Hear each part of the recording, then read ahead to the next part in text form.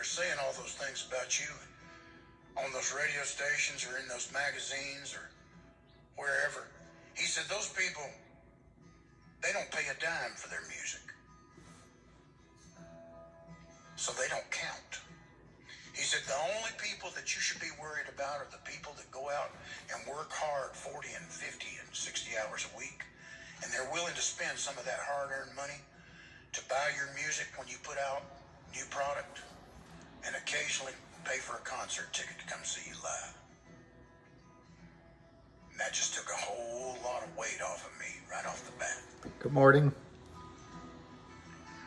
Because I loved him so much, and I know for... All right, I'll turn that off. It's not getting to its point. Yeah, it's funny, outliner. It's funny,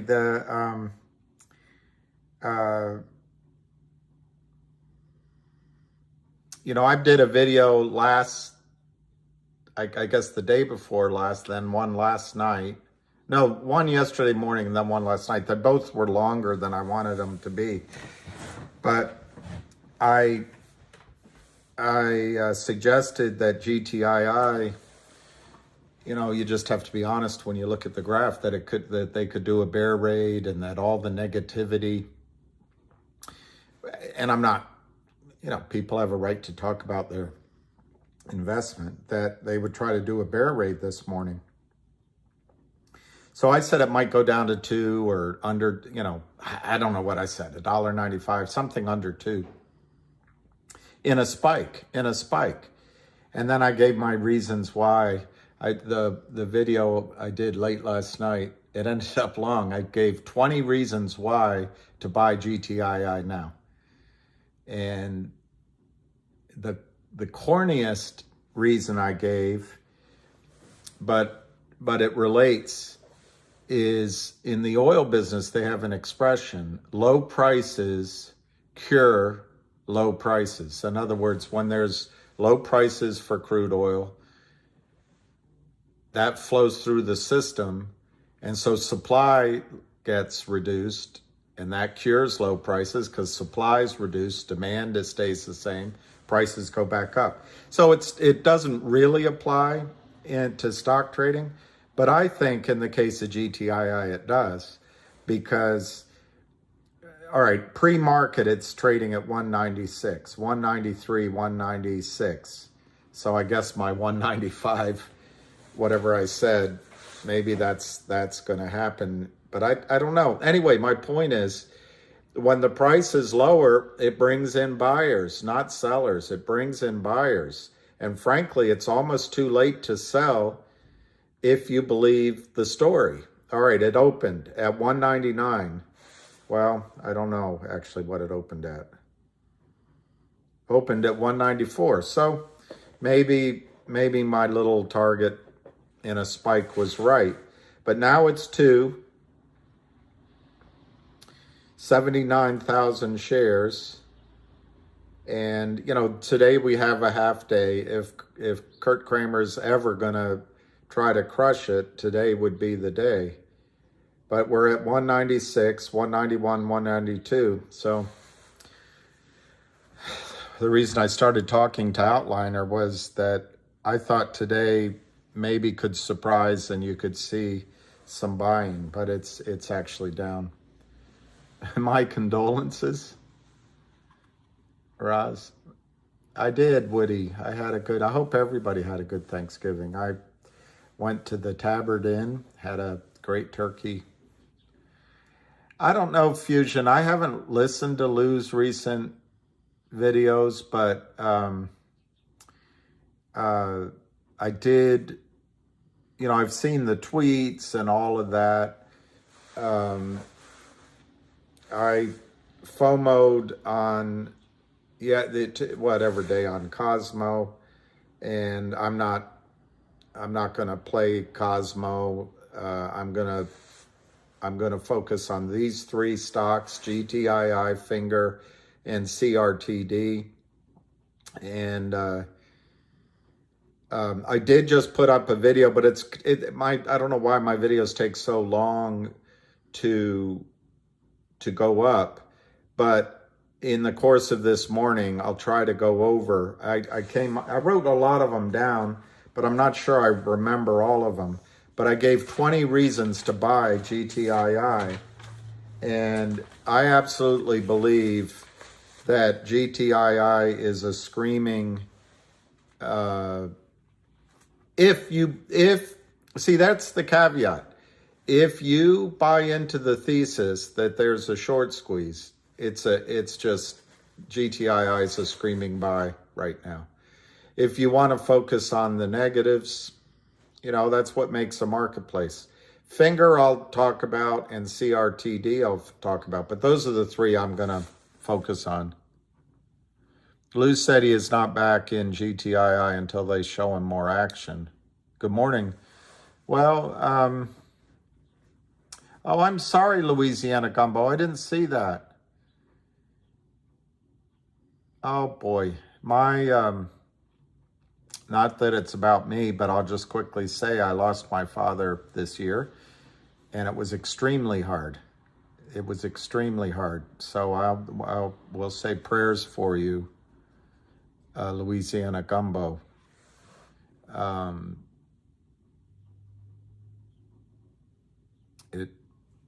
Even though I went through it, myself, I have no words. It's very painful. So prayers, Louisiana Gumbo. Tough. Let's see. There was one guy here, Sheikh Fahad, or Farhad. Was Lou lying all this time? I didn't listen to his videos. I tried to watch some videos on COSM, but I'm just not gonna play COSM. The reason, my main reason is ham is in these three. So I trust the information I have on these three. I don't know what to believe with anything else, but good, Abel. I think that's great. Yeah, my read in listening to what I did listen to that Lou said and all that, it didn't sound like he sold it, GTII. And I got confused. Somebody said it was his biggest position, COSM. Well, that could be number of shares. And I think one thing Lou is trying to do, he's not wedded to any one name, but if you can, if you start out with 1,000 shares of Finger, it goes to $10, and you're able to sell that and get 10,000 shares of CRTD, I think in Lou's mind, maybe that's how he's thinking. I can't speak for him. But that's 10,000 shares instead of 1,000, and so it magnifies your gains on the squeeze. But I don't have the impression that Lou is out of GTII. I don't think he's lying, but all I can tell you as it relates to GTII, I believe Lou came into GTII because he heard the story from someone close to him. I've been in GTII since last February. I'm trying to remember if it was January, and I really can't remember. But it was the beginning, the first quarter of 2021. So to me, it doesn't matter what anybody's saying about GTII. I know the story. I know the players. I know the situation. So whether or not somebody has said this, then that, doesn't change my opinion of GTII. And in fact, one of the things I talked about on my video that I tried to put up last night, which got a lot longer than I wanted it to be, is that when I first got involved in GTII, and let's just say it was February, I don't remember, of last year. First quarter, let's just say first quarter of last year. That gives me January, February, March. But I think it was either January or February. All I knew about the stock of GTII when I first heard about it was that there was a massive naked short position, and the number I heard at that time was, I'll have to go check notebooks, but to my memory, it was somewhere around 45 to 75 million shares naked short is what I heard. No one knows the exact numbers. All you can do is make an educated guess. And the other thing I knew is that the public float, the shares that were available in the float, was somewhere around 20 or 25 million. So the realistic float. So that's what I knew almost 2 years ago. And I also knew that the company had bought back their toxic note. That's all. It's all I knew when I first got involved.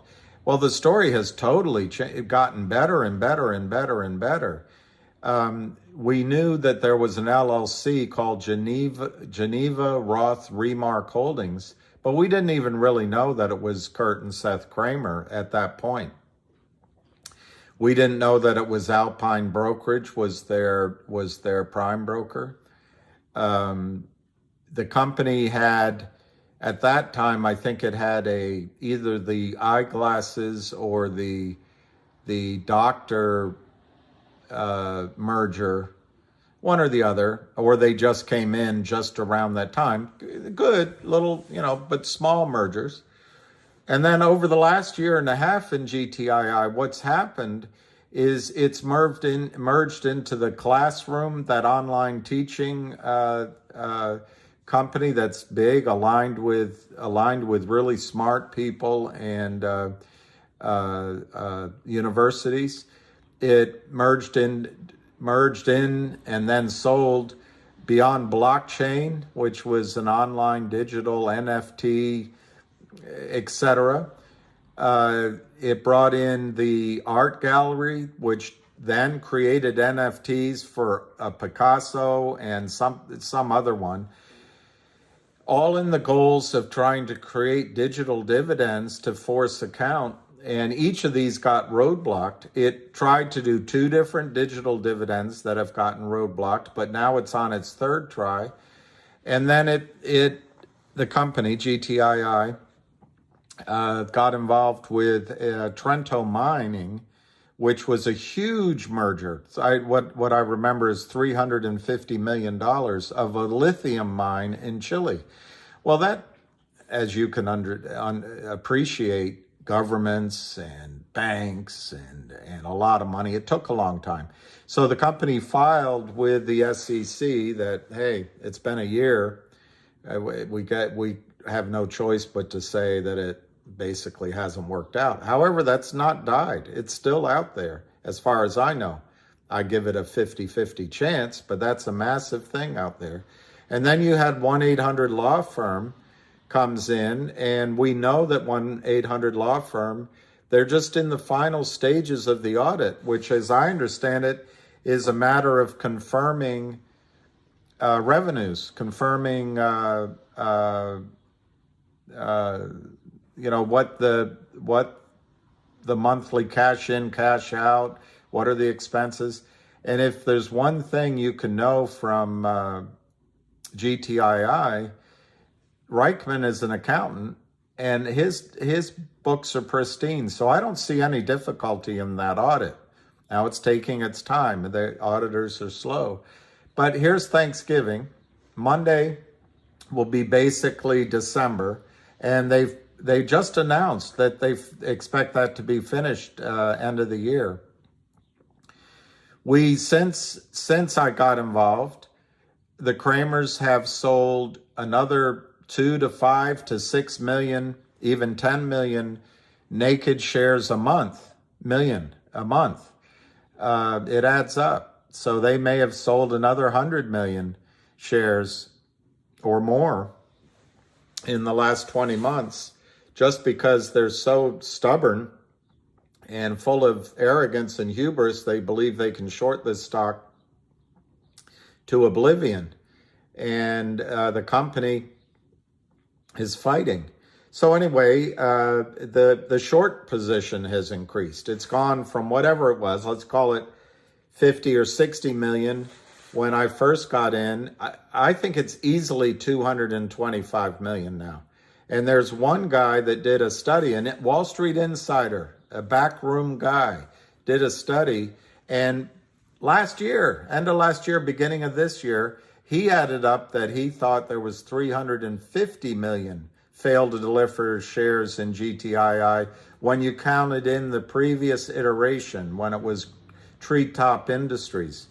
So the number might be a lot more than 200 million. I still have 200 million up here, but I think it's considerably higher. Kurt Kramer sold 60 million in the last 40 days, 30, well, actually, the last month is another 15. So he's probably sold 75 million shares naked short in the last 2 months. So the story has gotten better and better from a short squeeze standpoint.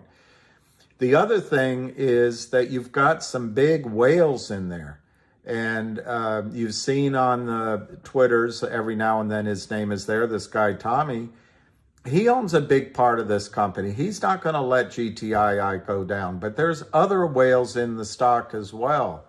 And so you've got these puny short sellers, Kurt and Seth Kramer, out on the outskirts of town of New York City. They don't even pretend to be a Wall Street firm, and they borrow. The modus operandi is to borrow from your prime broker, and you short stocks to oblivion. So basically, you're giving the public company their own money because you're just shorting the stock, and you've got a prime broker who's on your side.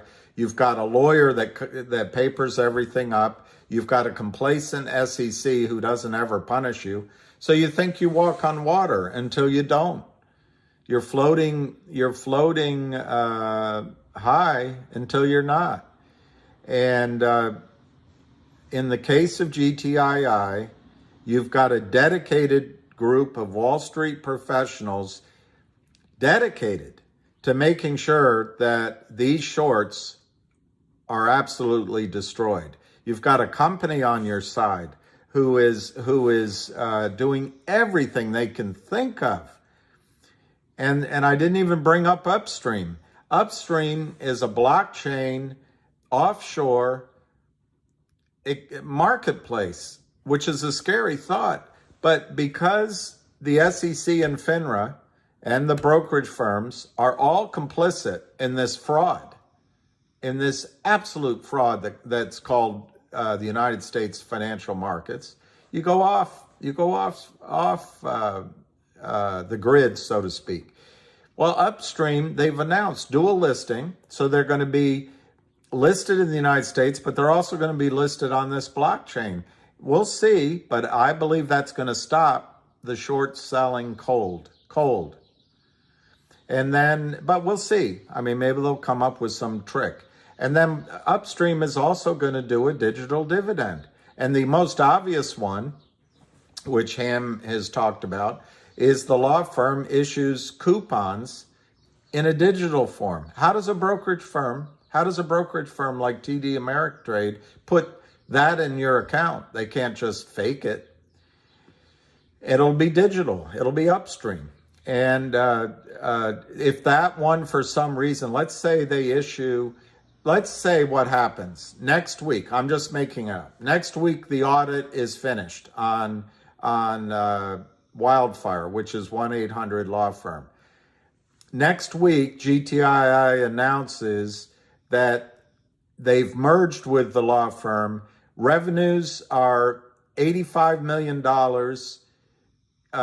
trailing that backlog that'll be booked, and income is going to be $30 to $40 million.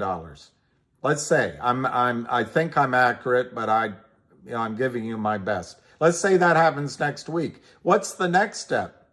The next step, they've already in bed with Upstream. The next step is, hey, we're going to do a digital dividend. Let's get the party started. And let's say they announce the following week a digital dividend through Upstream for, I don't know, a coupon for $500 of legal per share. All of a sudden, how does TD Ameritrade issue to you anything worth $500? Or if they call it $50, there's no value. They can't give you cash. The only thing, how do they expose themselves eventually to $500 of risk per share in a legal coupon? They don't. They start buying in. Because there'll be a record date. Maybe it's January 2nd. I don't know. I'm making that number up. So then, if that doesn't work, what does GTII do with Upstream? They issue a digital dividend saying that you have a right to a coin, a wallet on beyond blockchain that normally costs, I'm making it up, $100 a year. They give that to you. They give you 5 years worth of the annual fee on the wallet. I'm making that up, but it's another $500 coupon. And if that doesn't quite trigger it, they do another one and another one and another one.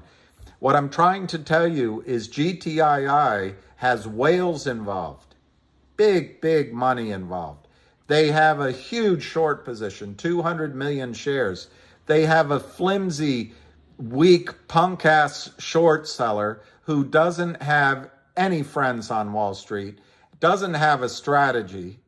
He's under at least 150 to 250 million in paper losses. He has no way out but up. And you have a company committed to squashing him. And we're about to be a company that's a law firm. And then you've got Upstream for digital dividends. I just don't see how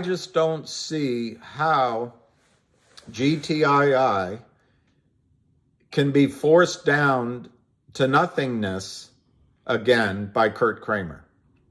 I mean, you can always think of negatives, and I'm not going to go through oddball negatives. But let me just see where it's trading now that I went through all that.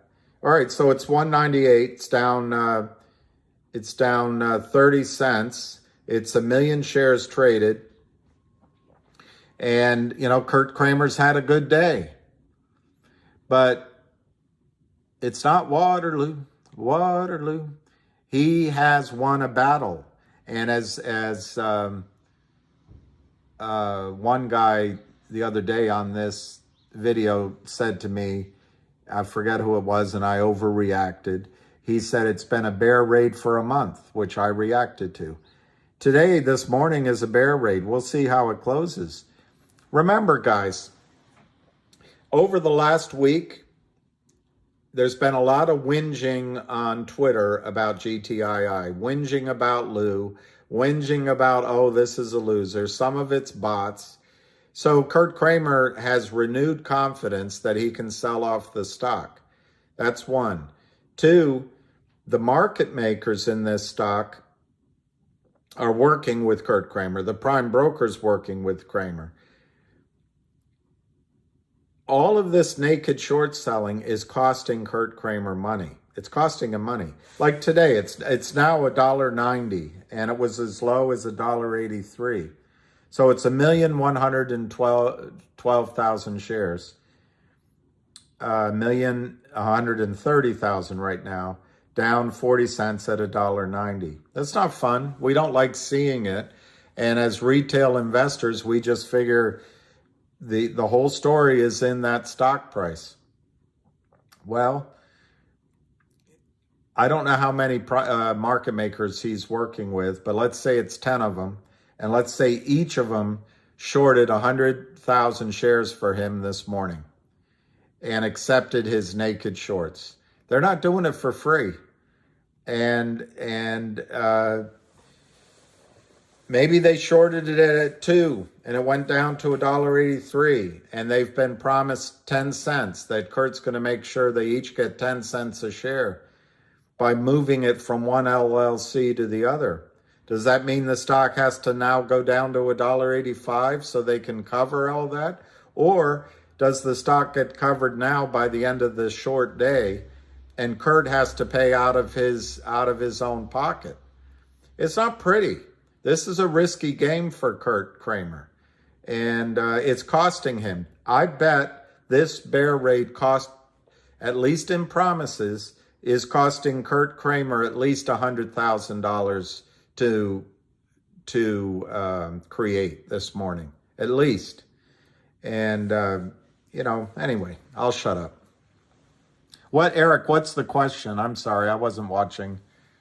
Eric, is there any tax motivation for 1-800 lawyers to hold off on the merger till the new year?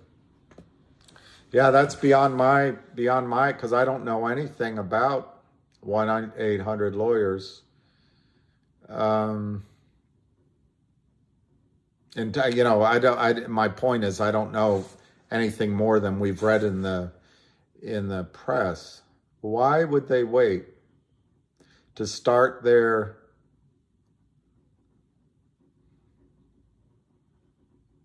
I would think, Eric, their income is, and their revenues are earned, whether they use a system of booking their income or revenues when they get the judgment from a court in a lawsuit, or when a client signs up. I don't know how that works.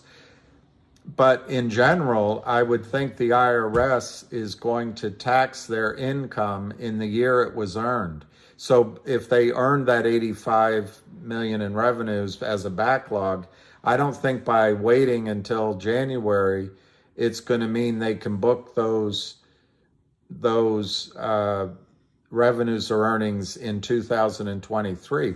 But I'm not an accountant, so it's a good question. So another part of your question, Eric, would be, is there any reason to stall the audit until January? I mean, you could still get the audit now, confirm that the trade is going to complete, but complete it in the first week of January. You could still get that news story. So it's a good question. I don't know. KM, I warned it would go under 2. I warned it would go under 2 and said it was AMC 2.0. If people were smart and go back and look, glue only comes into a play after a fact, not before and near tops, like you did on AMC. I don't know, KM. I wasn't in on AMC.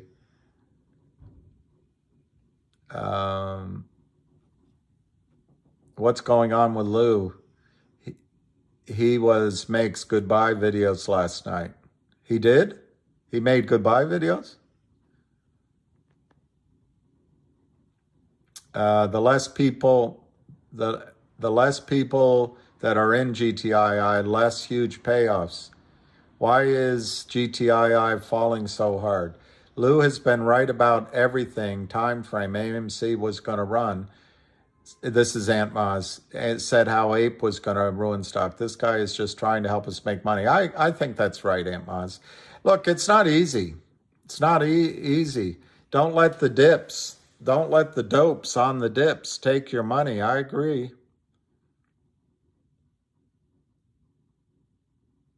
Yeah, David, they did start the audit last month, but I'm just going from the news announcement. I wonder if I can find that.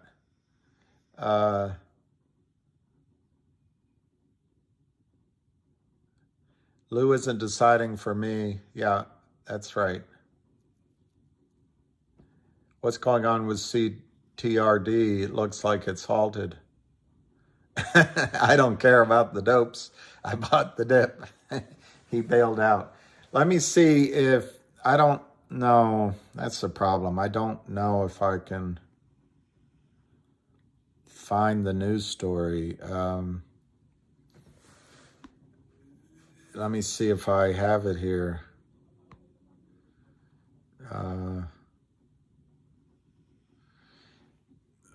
Or let me see if I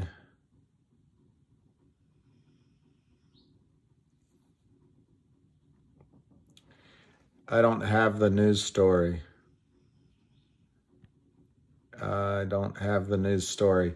But here, I'll find it on my phone, David. I can get it on my phone. GTII.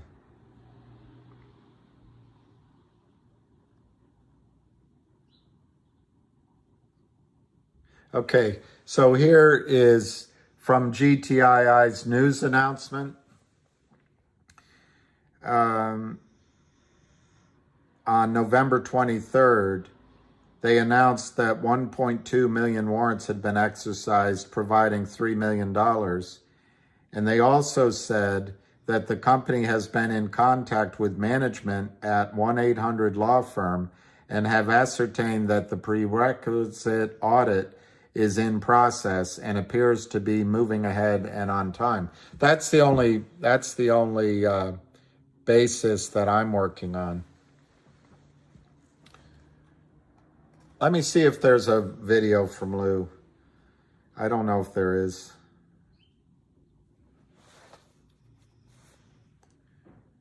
I don't know if there is. There's one from 6 days ago. Let me see if I can find one more recently.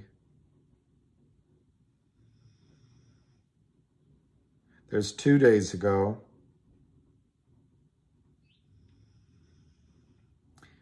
I don't see one from Lou today.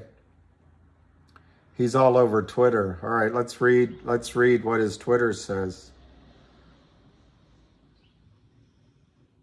It was a tweet. Let's see what he says.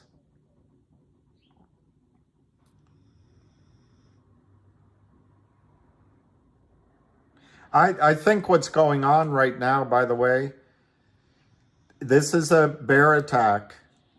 Kurt Kramer knows that all of you, and I'm not excluding myself, are under a lot of stress seeing it break below 2.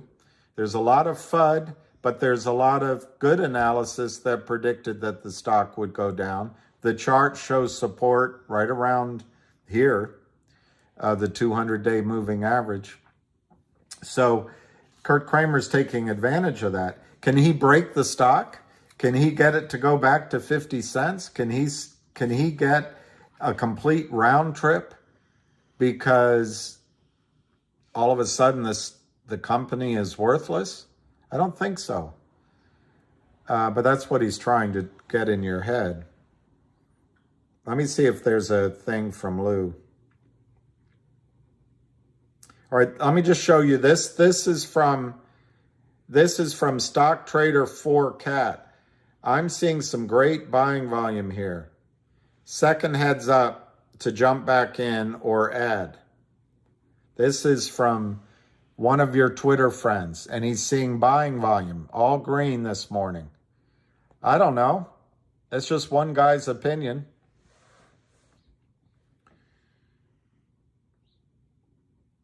Run Forest Run says he's in the red on GTII and going nowhere. Mexican standoff, and I'm not leaving. I like that. That's kind of, I feel like, who was it? Eric Everett sold at 7, and in retrospect, he was right. But I just feel like it's too late to sell. Okay. Here's Ham's tweet. Here's Ham's tweet just now. My friends just told me Wells Fargo won't let people buy. It's restricted. The problem is a monster. Okay. VVVVVVVVV says they're not selling, but they're going to average down. All right, here's Ham. This is Ham again. I trust in him. GTII, for those who have no idea what they are doing, the attack is for you. The Kramers want you to bail. If you do, I am sorry for your loss. Never and I mean never, invest in the equity markets. It's 1,000% all fraud unless you have fighters like we do. SEC is a disgrace. That's what Ham just wrote. Let me tell you when it was. 9 minutes ago. 9 minutes ago. Ham. Funny how they attack all three at the same time. Wonder why.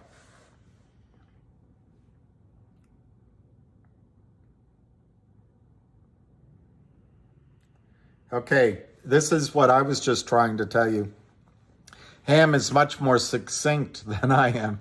Ham, I've been here 2 years, not 2 weeks. This is about GTII.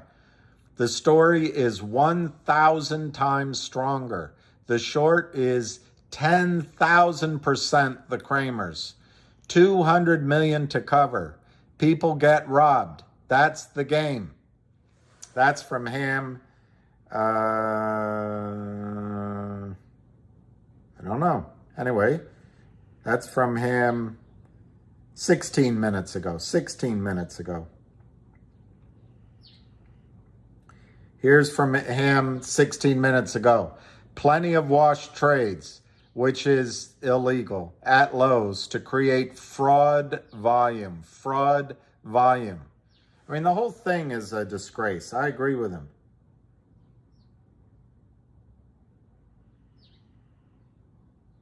I'm trying to find Lou. I haven't forgotten. I'm trying to find Lou.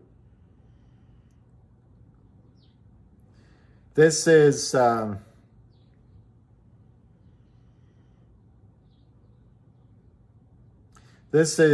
Riaz Qatari. Pathetic poor morons in GTII. Enjoy watching Cosmo fly just like expected. All right, let's just click on Riaz Qatari. Let's just click. Joined November 2022. Now, I can't blame someone for being a recent, you got to join at some point. But my point is he hasn't been in the stock as long as Ham, and he hasn't been in it as long as I am. And I don't know if any of you can give me a reason to buy COSM. I tried to study it somewhat, but I can give you all the reasons to buy GTII. Ham, the attacks are for a reason. GTII and CRTD, to get you to sell, mark it down. They know upstream is on the way.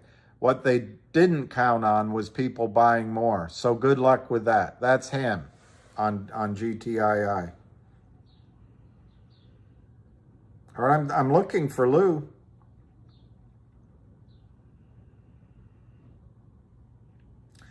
This is the last one from Ham I'll read before I find Lou. Ham wrote, GTII, this firm has started a war going after Kramers for fraud.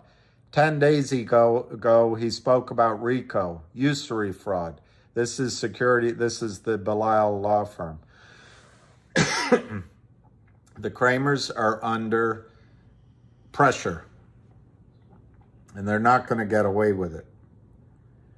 All right, I don't see any Lou. All right, I'll go to COSM. Maybe that's where Lou is. I don't know. I can't find any comment here.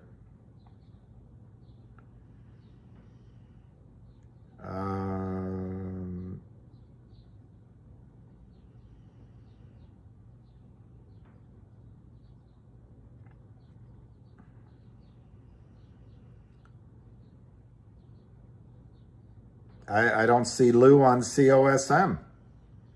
So I guess another way to do it is look up Lou Bravo, I guess he is on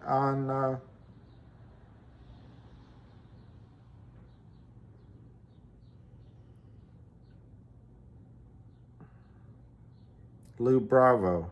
There's a lot of Lou Bravos. So let's look at Lou v. Wall Street. I don't see any tweets from Lou. I don't see any videos for Lou. So I'm sorry, I can't find anything.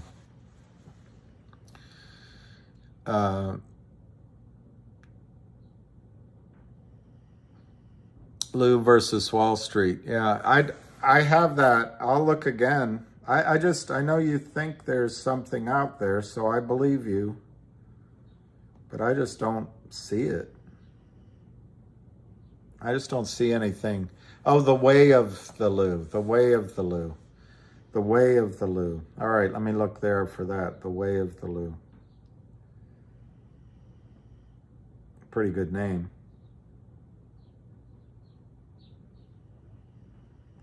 The way of the Lou. Ah, that's Lou Bravo. Hey, thanks. All right, let's see.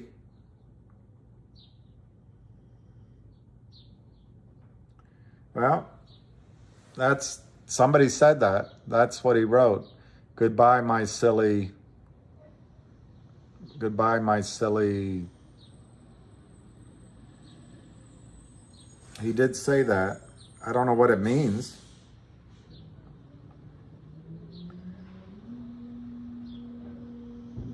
"13 hours ago, he said, good luck."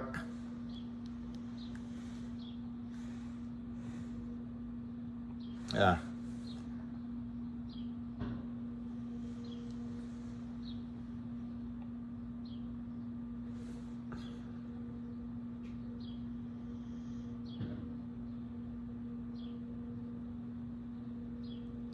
It's not coming up. So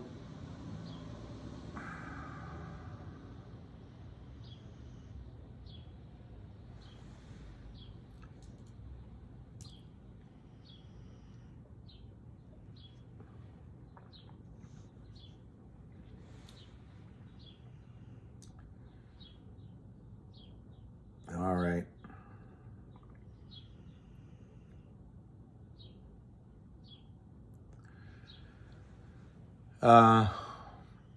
Okay, David,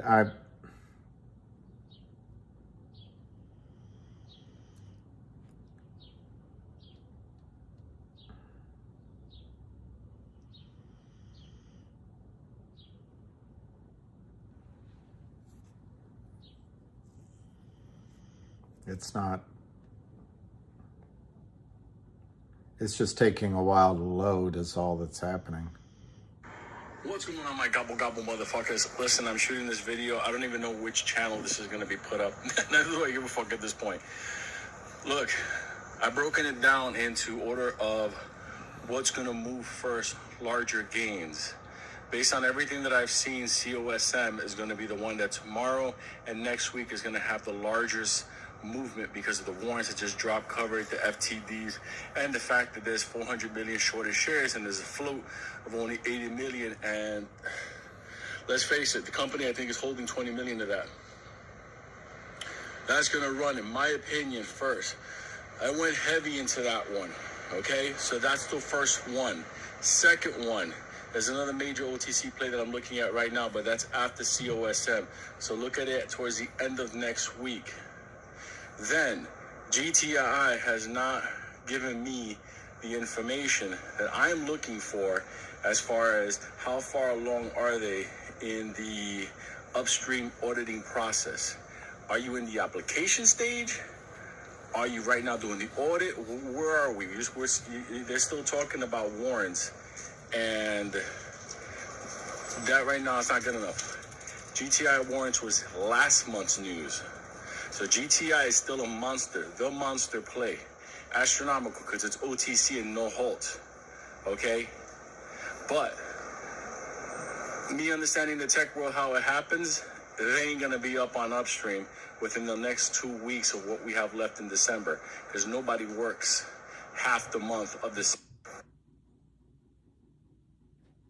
So my thinking is COSM tomorrow and next week hard will run.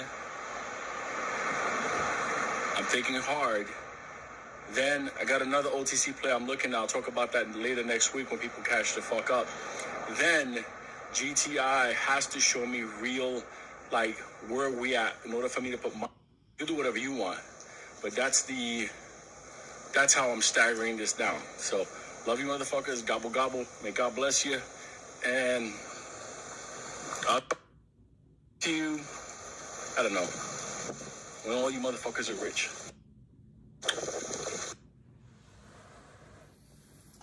So I don't know how you react to that.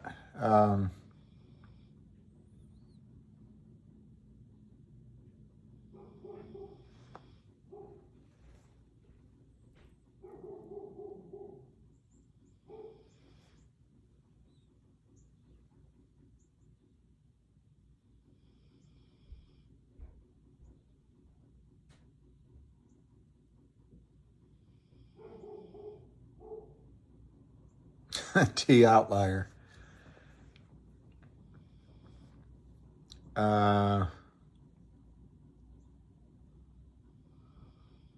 See, I don't know much about COSM, so I can't confirm his logic. All right. Oh,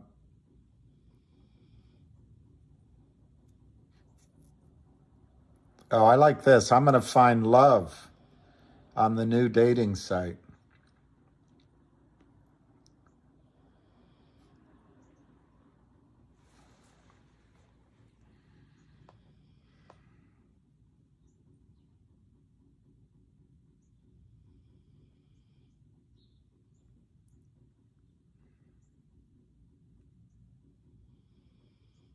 CRTD is 110, down 3 cents.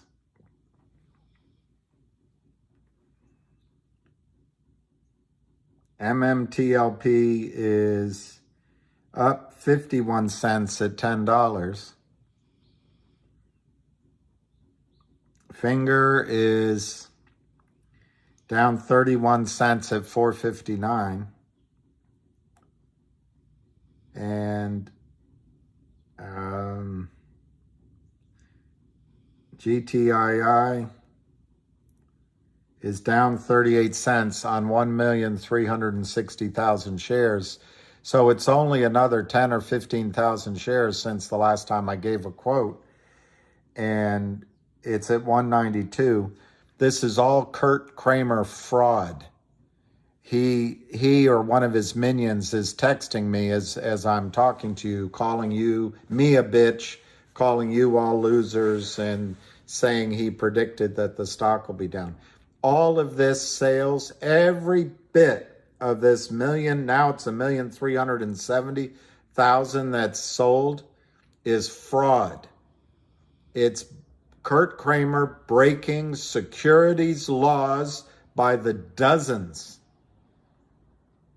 And it seems like no one cares. But let me tell you who's going to care is the IRS, and they're investigating. And there's big names in here, they're not going to quit. And so all this does is add another million naked short shares to the pile that don't exist. This number right now is probably 225 million. And Kurt Kramer, who's calling, or one of his buddies is calling me a bitch on the texts.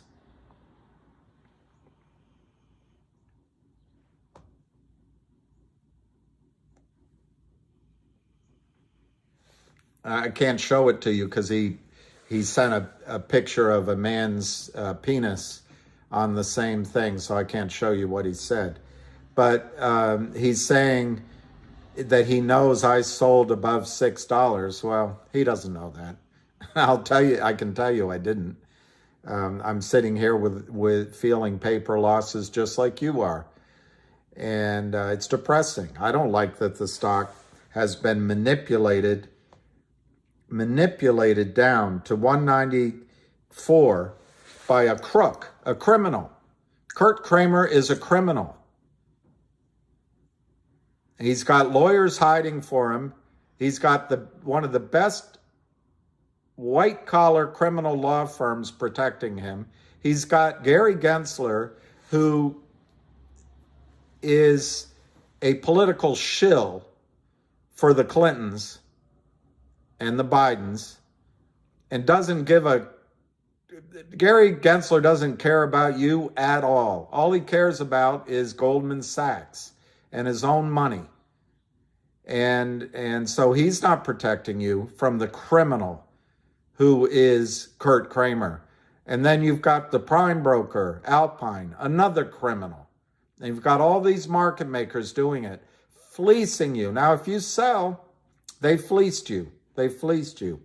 I believe that in all three of these stocks, because of Ham, but because of the whales, because of upstream, because of the digital dividends, Kurt Kramer is going to meet his maker in the financial markets. But the stock is $1.95.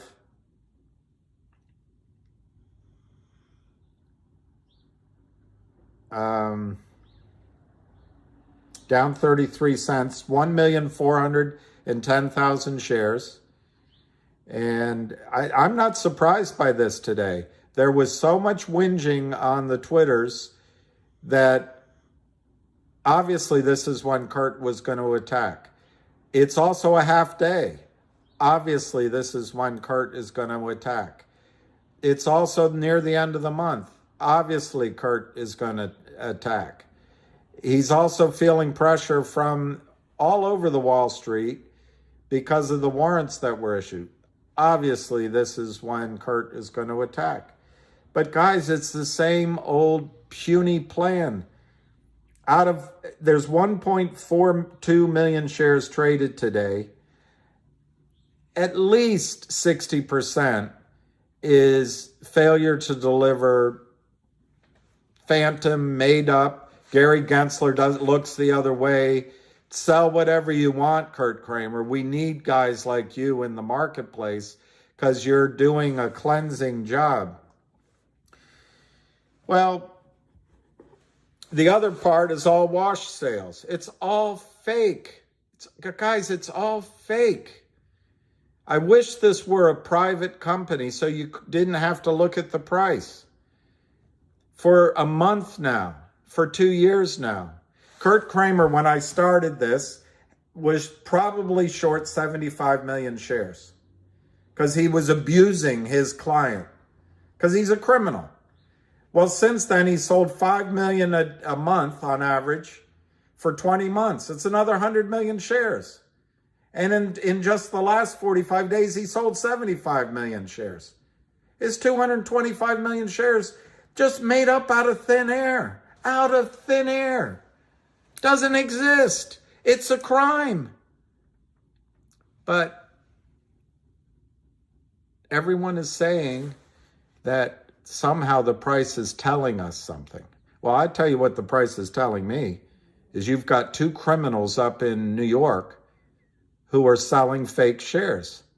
Now, should the stock be worth $2 or $5 or $10 a share based on its fundamentals? I don't know. You're not in it for the fundamentals. You're in it for the squeeze. You're in it for when Gary Gensler can't hide the fact that what's in your accounts is toilet paper issued by Kurt Kramer. Unregistered shares. Kurt Kramer is acting as an unregistered securities dealer. It's all illegal. It's all fraud. And obviously all of this is in my opinion. Everything I say on this video is in my opinion. I'm not giving financial advice. But if Kurt Kramer wants to challenge my statements, let's do full discovery. Let's go look at the phone records. Let's look at the offshore accounts. Let's look at each of the market makers. Let's look at Alpine Securities. Let's look. It's like when people say, if someone questions the results from the election, they're a denier. Well, let's just look. What's wrong with looking? Not allowed to look? Let's see it. Ronald Reagan said, trust but verify. Okay, let's verify. Let's verify these are all real sales sold.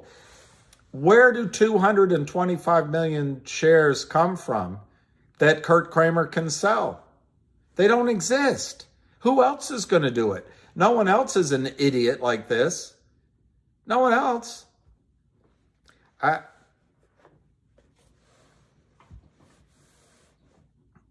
right, so I can't show you the message, but I just got a message that I'm in denial. I know this play is going to shit. So there, you got the other side. You got the other side's point of view.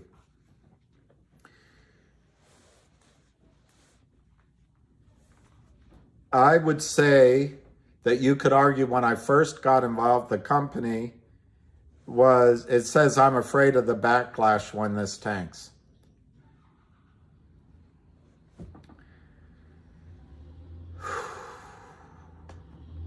Look, if it tanks, which it is, because Kurt Kramer is illegally selling shares, if the system doesn't require Kurt Kramer to buy back 250 million shares that are non-existent, and that what's in your account are non-existent shares, okay, that's what the system does. Do I get backlash for it? Maybe you'll blame me.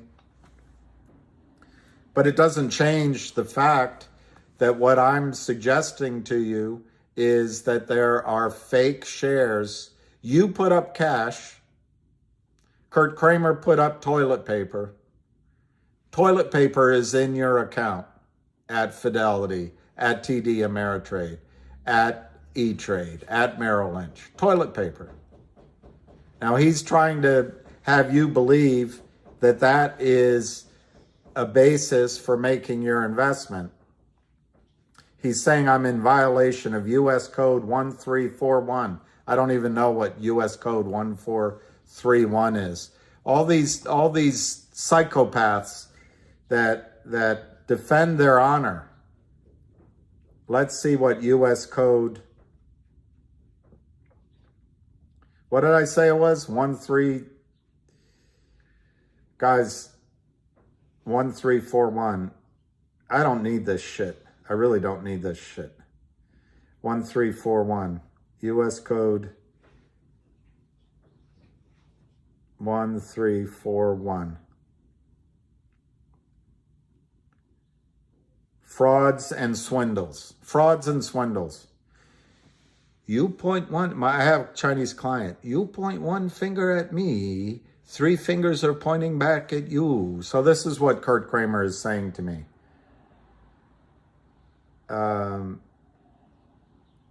Frauds and swindles. Intending to devise any scheme or artifice to defraud, or obtaining money or property by means of false or fraudulent pretenses, representations, or promises, or to sell, dispose of, loan, exchange, alter, give away, distribute, supply, or furnish, or procure for unlawful use any counterfeit or spurious coin, obligation, security, or other article, or anything represented to be or intimidated or held out to be such counterfeit or spurious article for the purpose of executing such scheme or artifice or attempting so to do, places in any post office or authorized depository for mail matter, any matter or thing whatever, to be sent or delivered by the Postal Service, or deposits or causes to be deposited any matter or thing whatever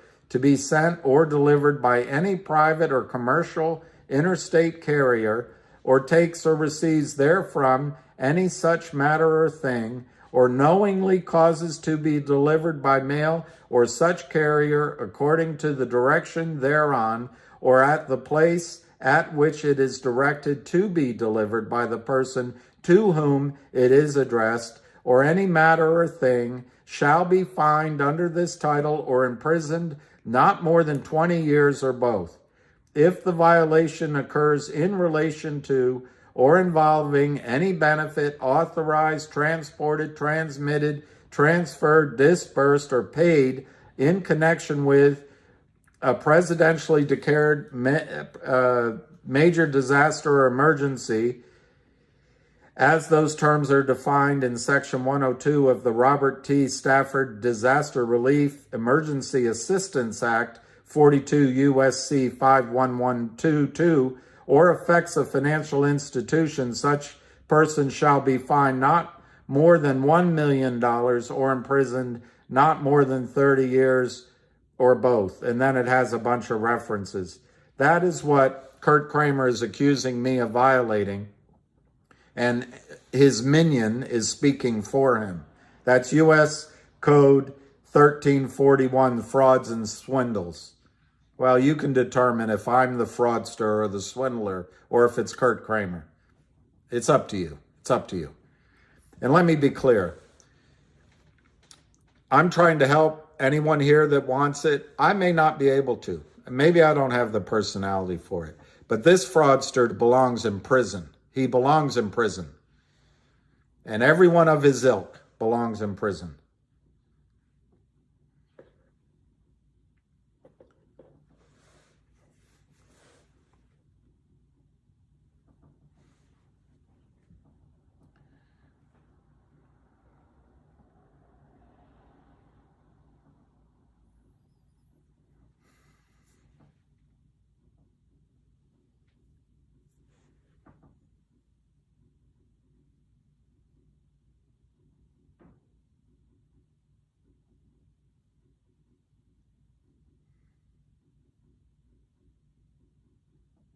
Okay, here's Ham. 5 minutes ago. 5 minutes ago. Wells Fargo stopped buying in GTIILIVE not to protect the Kramers or the naked shorts. They are doing it to protect their own ass. The Kramers gave the street hundreds of millions of counterfeit shares. Good luck covering when they quit. Lots of luck. Look, this is a battle. This is a battle. And you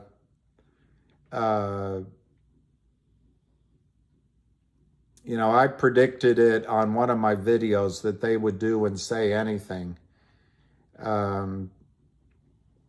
He just wrote that bag holders are faggots like me.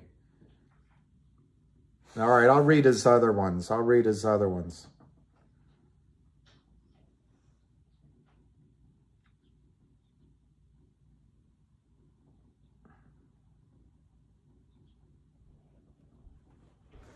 right, here. The Kramers. Kurt Kramer has walked away from the trades. The street is left holding the bag. Great news. GTII. I don't know what he means by that. Let's find out. I know what I know what he means, that it's going to happen. What I don't know is if it's already happened. This is what Ham is saying. Kurt Kramer has walked away from the street. Walked away. The street has a problem. In order for Wells Fargo to stop buying, they need to cover. Great news. Upstream has them dead. Yeah, Nick, I think he's the one breaking. He's foolish. He's breaking the law. He's breaking the law. I don't like all that evil. I consider that evil. That hatred, that viciousness. It's just evil. All right, here's Ham. Here's Ham. The street is dead. Great sign for longs. I know it sucks right now. They must cover. Upstream and merger. Have them all dead. For Wells Fargo to stop buying is a sign Kramers have walked away. Street is on the hook. Oh, thank you, Joel. I'm trying to. You were simply informing people of the truth. I'm trying to. It doesn't mean that my sources are correct. It doesn't mean I'm not missing something. I'm open I'm open to being corrected, to learning where what I'm saying is not correct. But my motive is not evil. And just to put it on record, I have no relationship with GTII. I haven't been paid anything by GTII. And my investment in GTII is down from $9, just like yours is. So I don't know. I don't know. Let's see what else Ham had to say. The hamster. I hope he has a call today.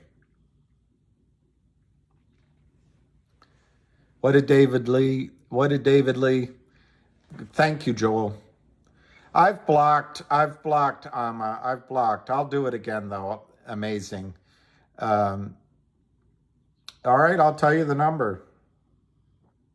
I can't show it to you because he's got 2 DIC pictures telling me to suck it. Pleasant guy. All right, I'll cover here. Here's the 2 numbers. Here's the 2 numbers. Here's the 2 numbers. 516-919-4597, 516-863-8180. First one is 516-919-4597. Second one is 516-863-8180.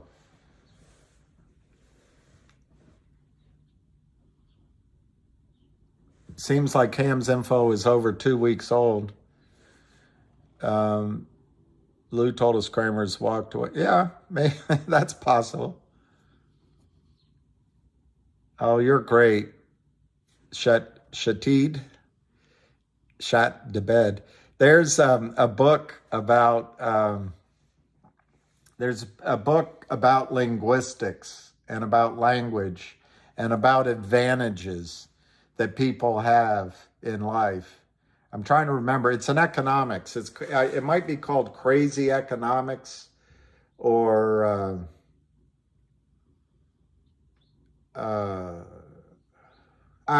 it's an old book. It's easily 15 years old, and the last chapter is about how parents can give their children a head start by the names, just by the name that they give their child. And so the article, the chapter goes through all the names, and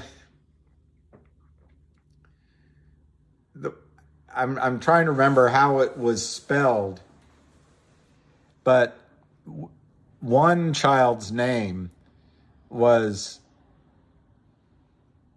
Shatid, and I think the kid was in California. But when you spelt it, it was Shythead. I never forgot that. And the author was pointing out that just by giving that name, for whatever reason, teachers for the rest of this poor kid's life are going to say, instead of Shatid, they're going to see what it's spelled as. I should send them to the FBI, but I don't have the energy to fight all that. Somebody asked me, do I have something personal against Kurt Kramer? My feeling toward Kurt Kramer is indifference. I don't care about him. But I do care that by putting his name out there, Kurt, Seth Kramer, Charlie Mayo, and the lawyer Richard Nadich, people can remember names, and events get attached to names. Crimes get attached to names. They don't get attached to the short seller. They don't get attached to Wall Street. They get attached to names. So I put the name out there. And it's a name that's in, all you have to do, if you want a proof of modus operandi, is all you have to do is type in Kurt Kramer plus SEC in Google, you'll see it. Kurt Kramer FINRA, Kurt Kramer lawsuit, Power Up Lending lawsuit. You can get all of his LLCs. You can find that he's been charged with felonies in New York and lost. Now, I don't know the status of the appeals for usury lending in New York, so he's gone down to Virginia. This is not a good Nick. This is a bad news Nick. And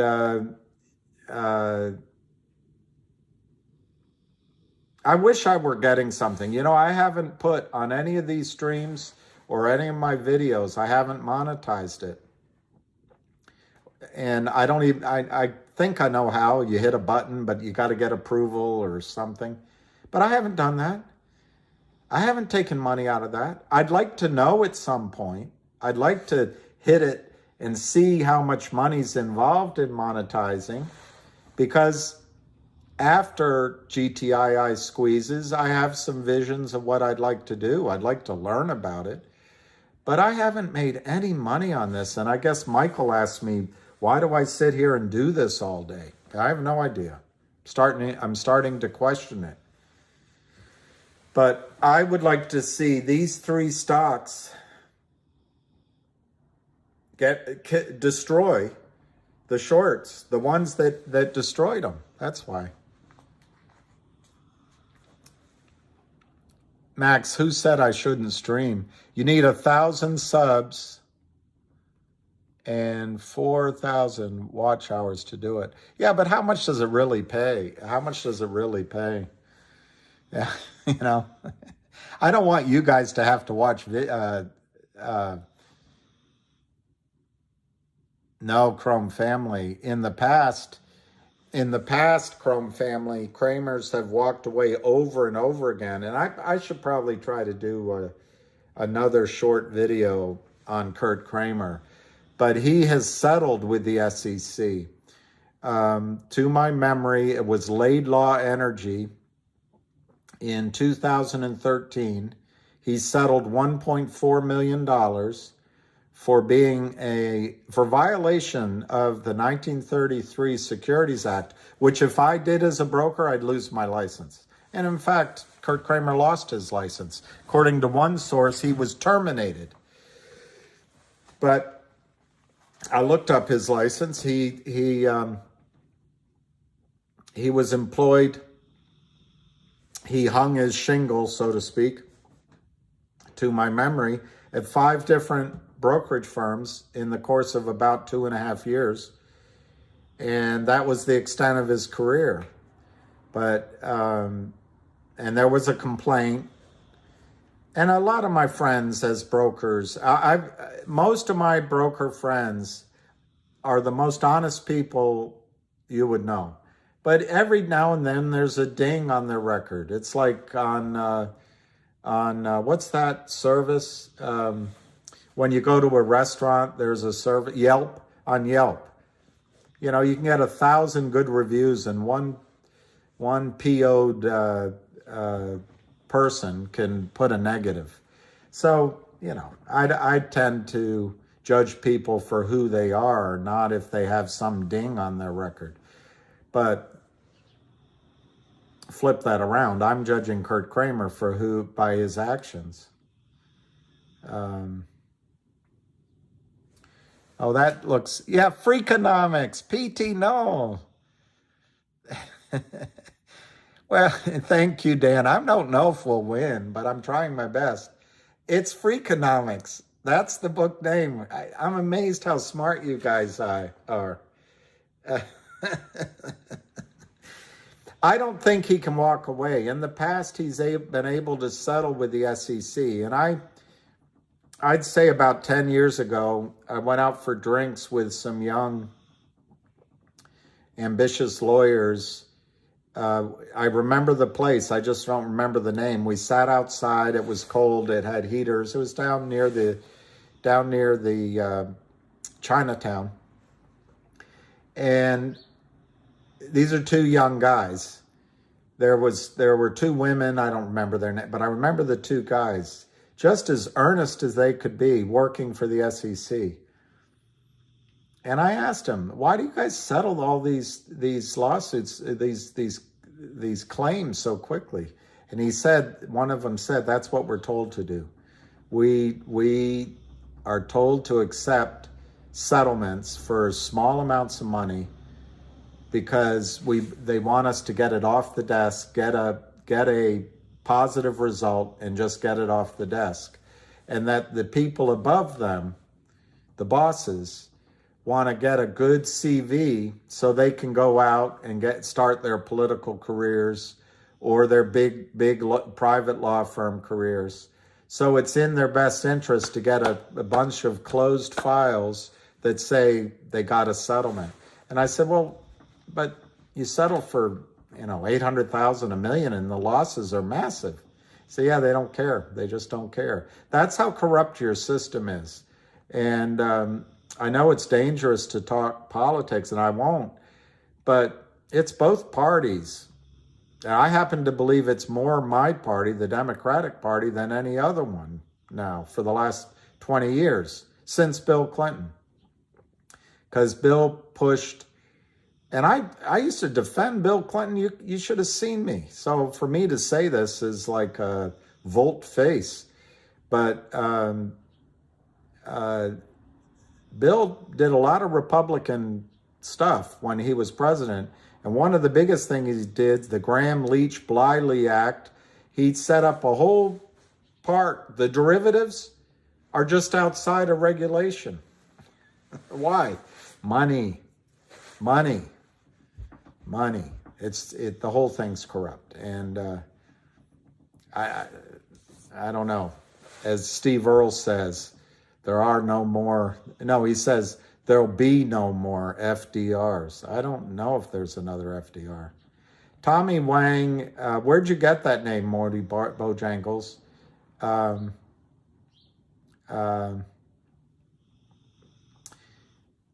Bye, Lion of all trades. You're the best. I didn't mean to be negative at all, but I've really appreciated all your help, Lion. And I guess I've been negative this morning. I'm sorry. Maybe I should just stop doing these things because I react. And I don't have, maybe it's because I mentioned Bill Clinton. I don't mean it politically. What I'm trying to say is Democrats are blinded to the fact that when we get in office, we don't do anything about it. Certainly the Republicans don't do anything about it. That's all my point is. GTII is 197. Hey, Alicia. What's happening? You said, wow, Cosmo? Yeah, it's kind of flat, 39 cents. That's all right. It's all right. Went up to 48. Finger, 446.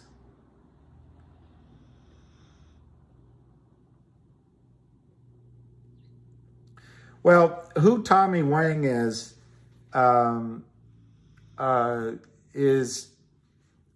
by every definition you can give it, is he's a whale. But he also organized the merger with the Classroom Salon, which is a big deal with GTII. He also, I'm trying to remember if he had a title in it. I know he at least organized, I don't know if he had a title in it, that Beyond Blockchain deal. And he's a pretty big player in CRTD, Tommy Wang is. So I don't think he publicizes his name all that much, but you're right. It was on Twitter quite a bit, and he puts his name up there, so I think it's okay to say that. But Tommy Wang is a huge supporter and a prime moving force for GTII. Yeah, I think I must have chased. Oh, there's Lou. There's Lou. See all of you end of day Wednesday. Why? Is that big news? I hope so. I'm glad you came on, Lou, because we've been defending and supporting you, but there's a lot of shills out there, a lot of shills. I'm glad you came on, Lou. Happy Thanksgiving. Happy Thanksgiving. I don't know if it's the real Lou, but what was it, Morty? Oh, on, yeah. Let me see if I can find,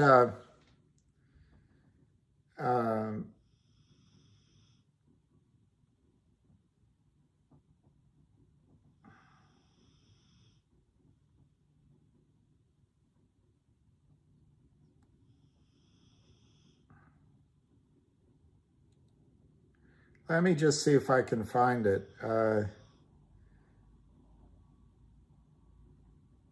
I might be able to give you a better way to look up Tommy Wang. Okay, so here, this news, global tech industry completes acquisition of Classroom Salon. This is February 28th, 2022. You tweeted it to me? Okay, I'll show you.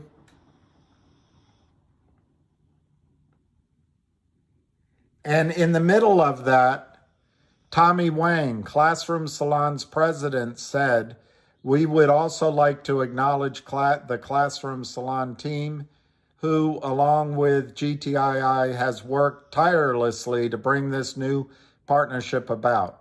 The education ecosystem we are introducing should allow for operation in a fully virtual environment, and the implications of that for both the students and educators could be dramatic as student experience continues to be enhanced in real time."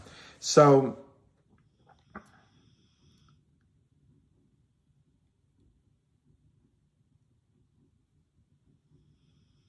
the text messages that the guy is sending, okay. So David, I don't have an obligation to show the other side. That would be, that's fine. I won't, David. All right, I'm going to find the tweet.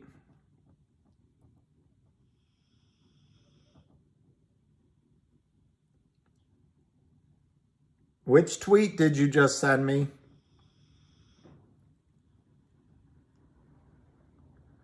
I know, KYP. I don't want to see it.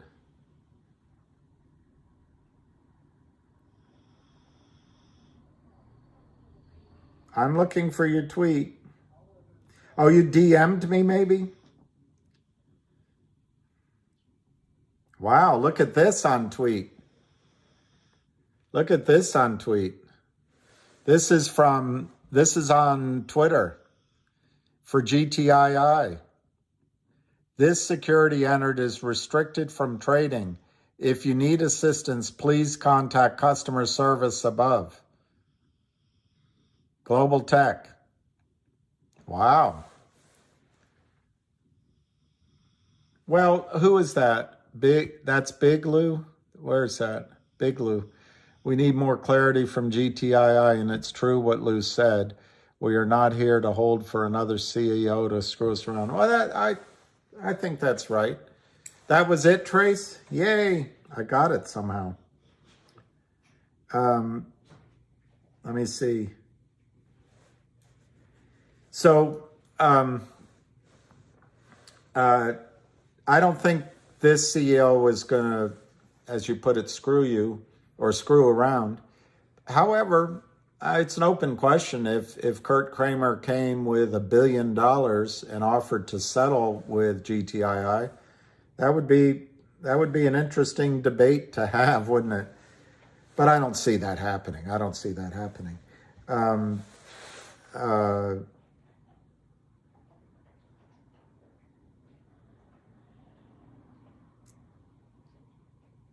in terms of the information, Big Lou, that the company owes you, they just put out, and I got to look up on Yahoo.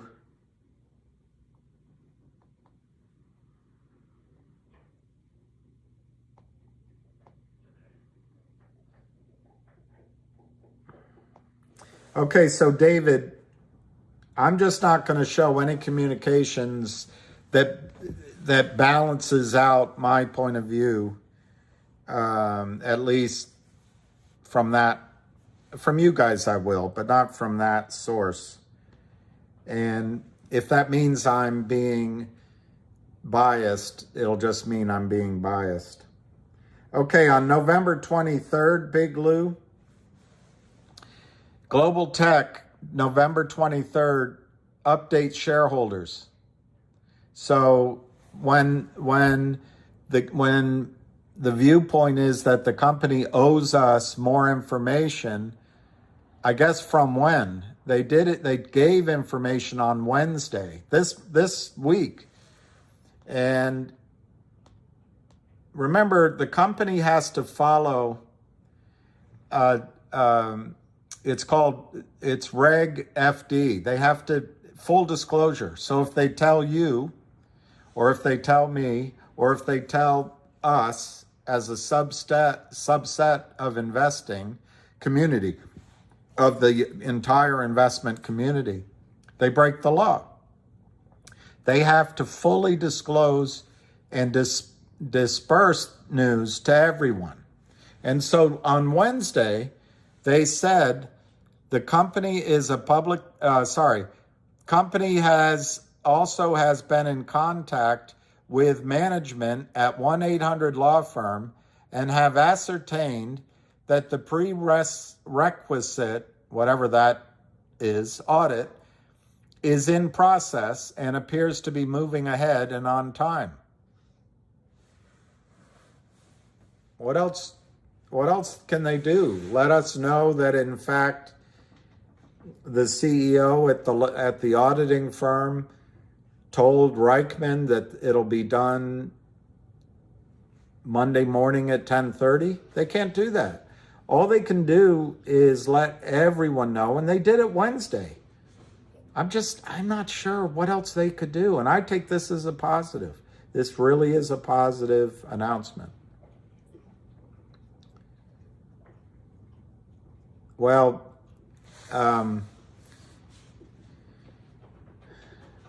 Lou said he's out of GTII.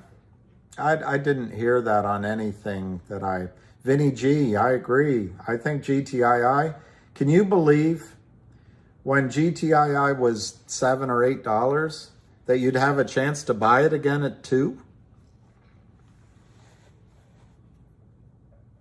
Why, Steve? Why do you think it's going to go COSM? It doesn't show. To me, it's... Anyway, I don't know anything about it.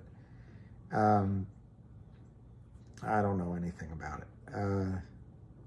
CRTD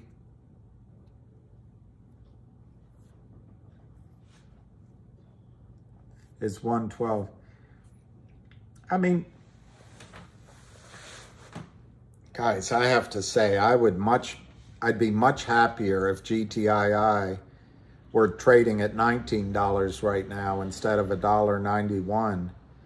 But in all this time, and I chased away lions of all trades and reacted to this punk, which I shouldn't have. In all that time, about at the most 150,000 shares have traded, and it's all fake shares, on the sell side. I think I don't think Lou's out of GTII, but I also don't think,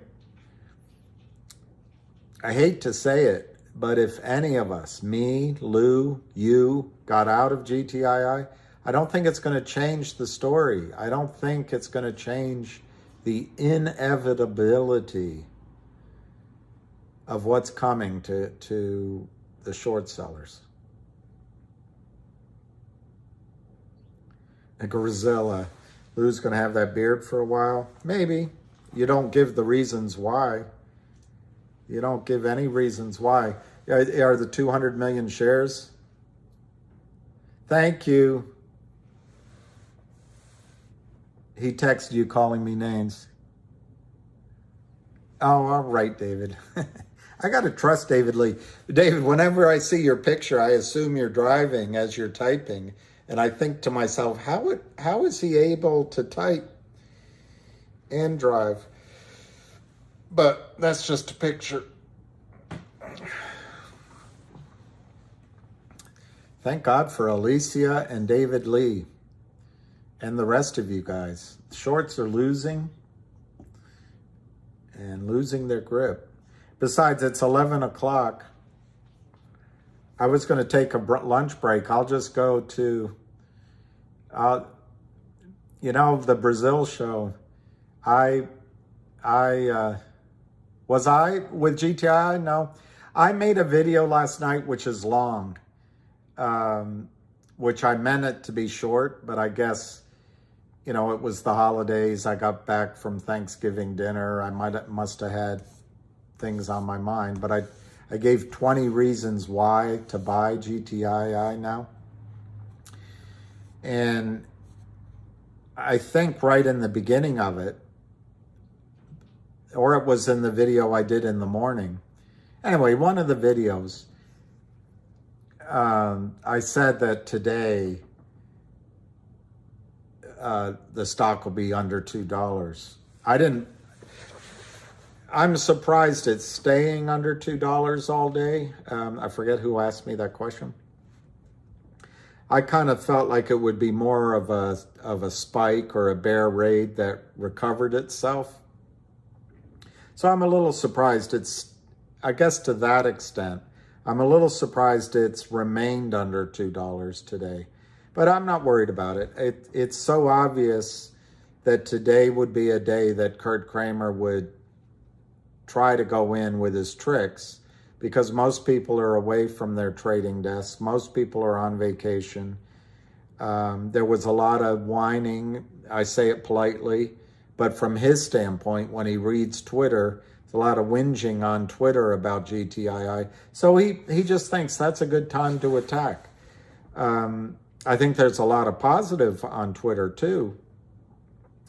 But hey, let him have his fun. Let him have his day. Let him have today as a victory and the last couple of weeks as a victory.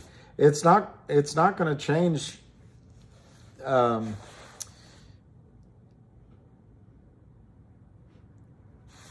Wow, Heavy Chevy. Thank you. Heavy, I get insecure with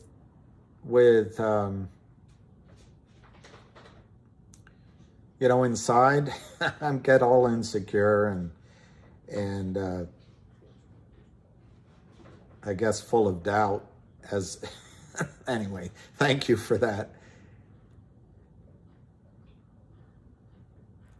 JB, you say Kramer is driving this down and Ham says it's walked away.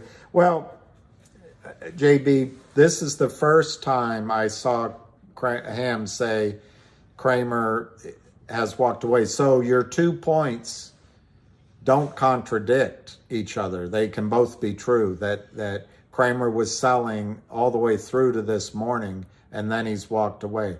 I haven't said that Kramer walked away because I don't know. That's outside of my, okay, it's 188. He's got it down to 188. It's outside of my sort of knowledge base. But what Ham is saying, based on Ham's 25 years, really 45 years of experience of trading in these dark markets, dark sciences, is when you get a notice like the one that I just posted that's from Twitter about Wells Fargo not trading, to him, that's a signal that Kurt Kramer is no longer defending the fort. It could be that it's Alpine Brokerage that's no longer defending the fort, one or the other. And Kurt's operation is more than just Alpine Brokerage, probably.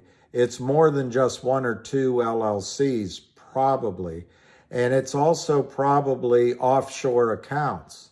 So it's not a one phone call, one stockbroker, one prime broker, one account situation with Kurt Kramer.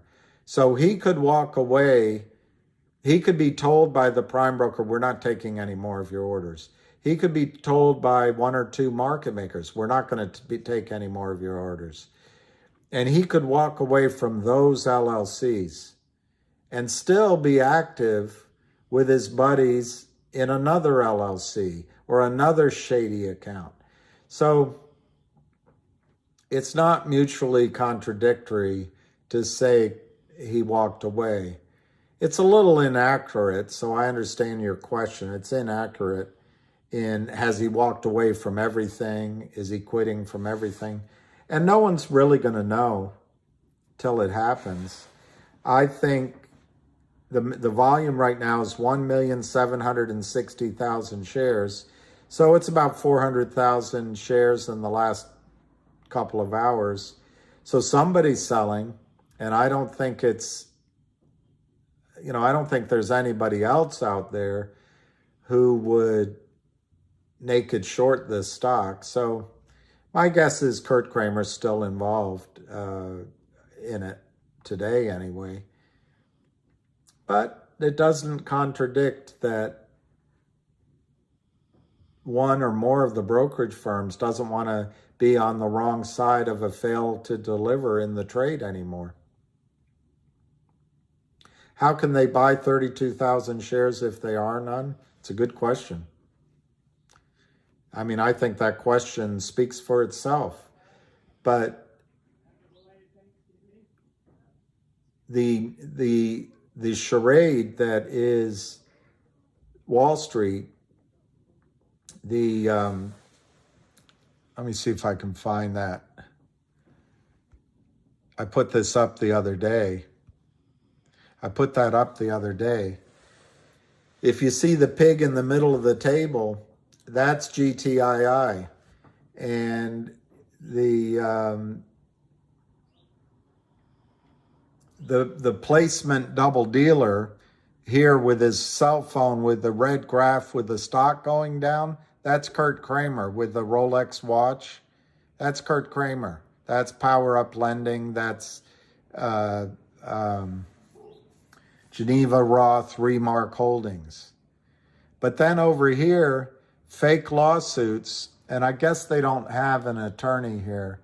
But part of what goes on with the placement agent before they start selling is they put out a letter, a comfort letter, to the prime broker so the prime broker can cover their behind.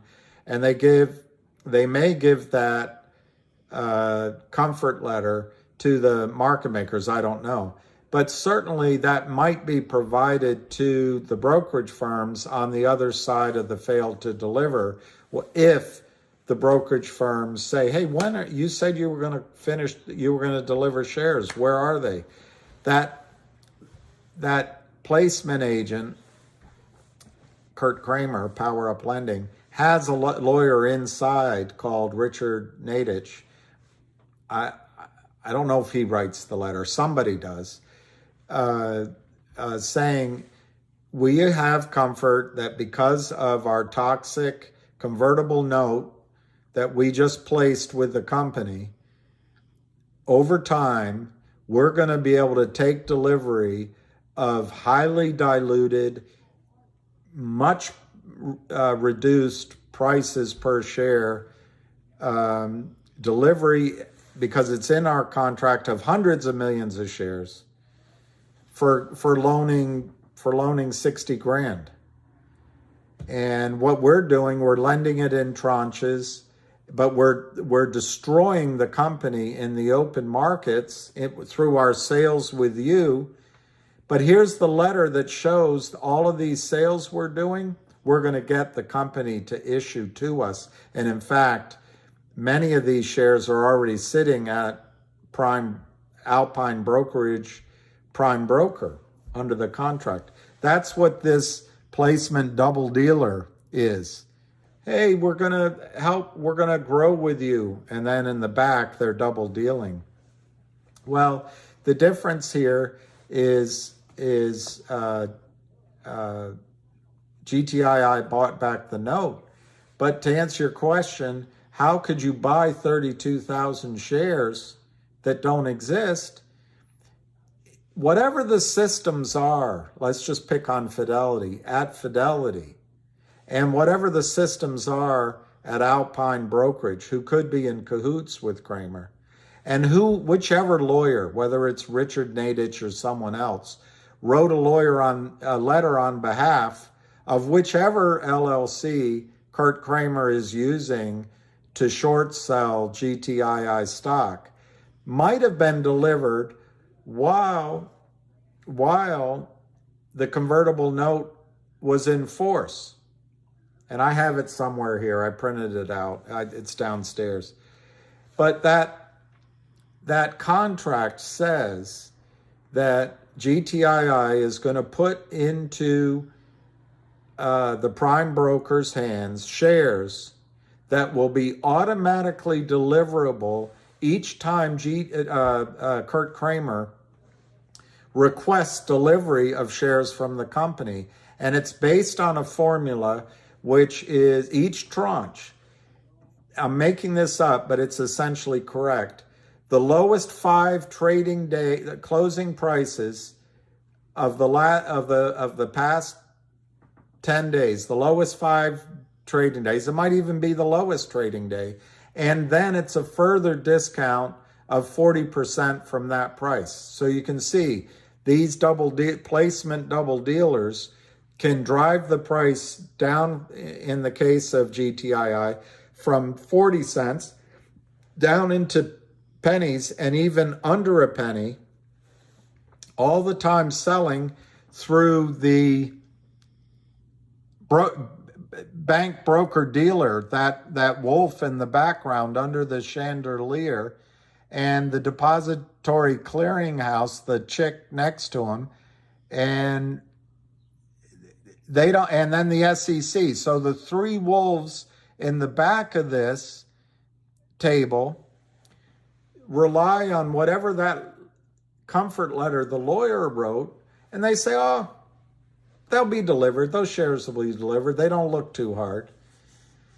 Well, what's different in GTII is that note was bought back. Those shares were withdrawn from Alpine Prime Brokerage. There are no shares. So everything that Kurt Kramer is selling now, there isn't anything. There just isn't anything. There was a kind of a nod and a wink dance previously that he could say, oh, we're going to get shares from GTII as we carve into the pig in the center of the table, the targeted company. But I think the answer to why you're able to buy 32,000 shares is because the brokerage firms have systems in place that are automatically set, computers, young people, and whatever that comfort letter was that was delivered originally has not been rescinded. So they assume that the word is good from Alpine Brokerage, the word is good from the market makers.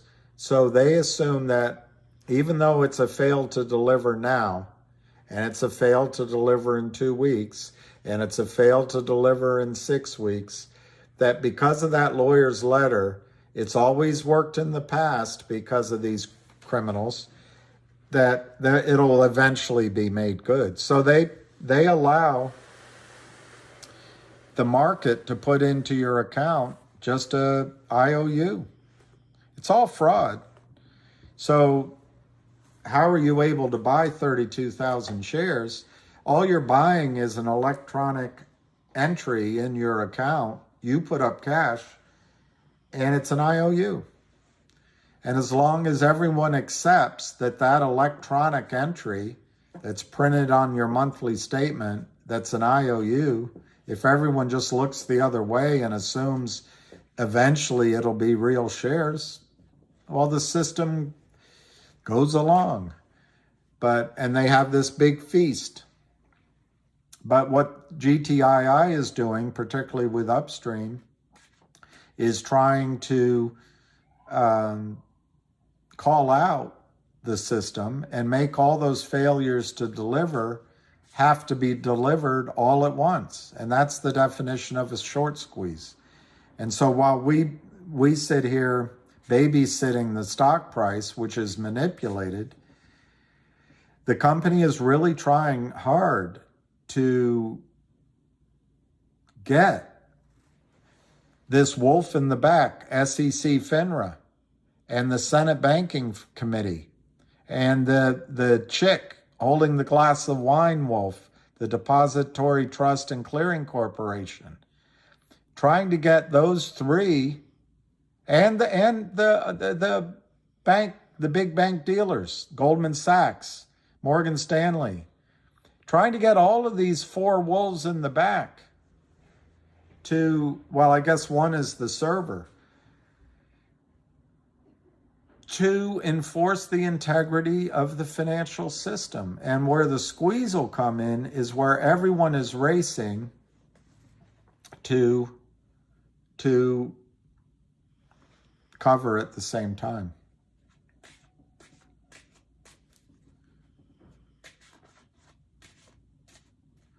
Yeah, that's actually Fib Retrace 618. That's actually I'm going to read it out loud if I can make it stop. I think most people don't understand that pullbacks are good and healthy thing, are a good and healthy thing. See, it moves. Everyone has PTSD from AMC and GME. I'm starting to have PTSD. Wow, you can buy on Fidelity. So maybe Fidelity, David, the way I read that is with the stock now under 275, Fidelity's not feeling the pressure on the warrants. That's how I read that. But the stock's now 198, down 30 cents. Right, Abel. I have a book downstairs. Someday I should show it to you.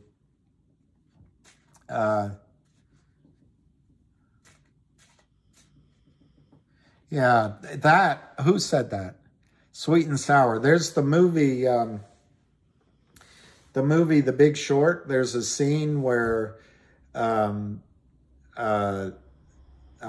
think his last name is Blum or Blau. I'm trying to remember his first name. Anyway, he's a fund manager, the one whose brother jumped off. I don't want to bring that up, but that guy, really smart, but emotionally having a difficult time. The one that was married to Marissa Tomei. I'm trying to remember his name. But anyway, he's sitting in the conference room with his team, and on the other side of the table is that cocky guy who sold him, just like the GTII short story, sold him the story that you better short the housing market through these CDOs and swaps and all that, whatever, because there's a real problem. And so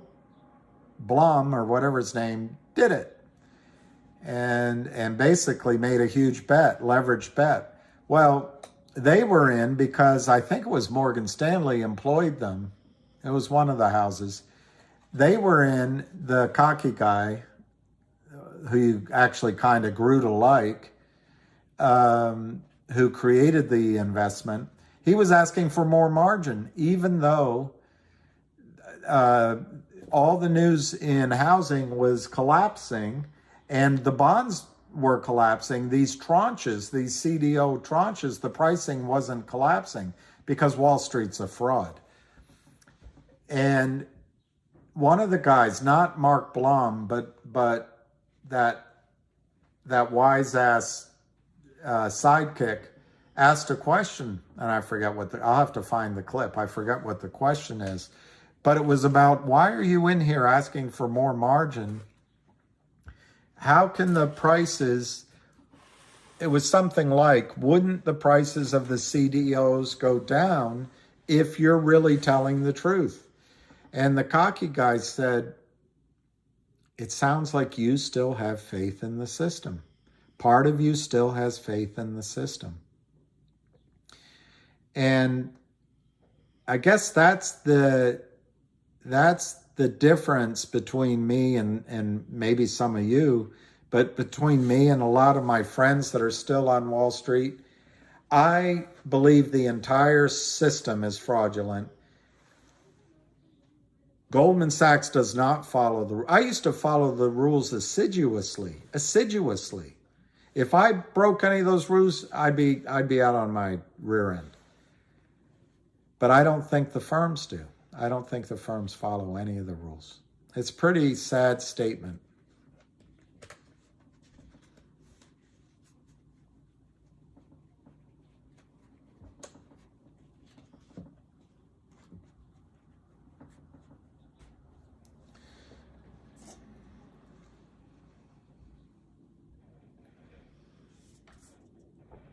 I wish. All right, Daryl Wade. If you believe the system is a fraud, why do you think GTI will run? I think that's the heart of the question. And I've asked myself that question almost every night when I wake up for 2 years. Why would the system cover the shorts in GTII when they didn't cover them in AMC, they didn't cover them in GME, they didn't cover them in fill in the blank. It's everywhere.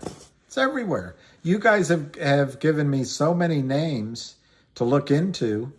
Every single stock you gave me, except for the NASDAQ ones, I can look on OTC markets, short report, and I can see that they're all being shorted. Every single stock. So the question is, why would the system, the market, buy in GTII shares when no one else has done it? My answer to you is self-preservation. I don't think the SEC is going to enforce it. I don't think FINRA is going to enforce it.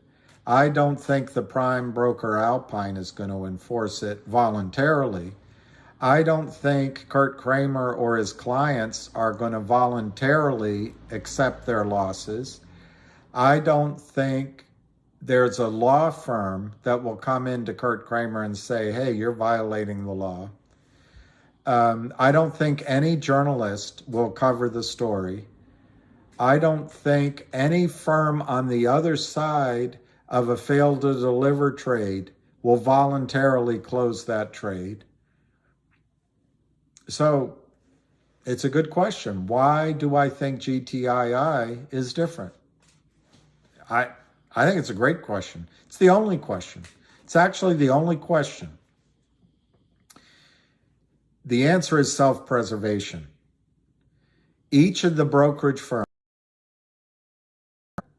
Alpine Prime Broker, who's probably lifeblood is dealing with Kurt Kramer and people like Kurt Kramer. Forget him. Forget him. He's going to go down, but forget him.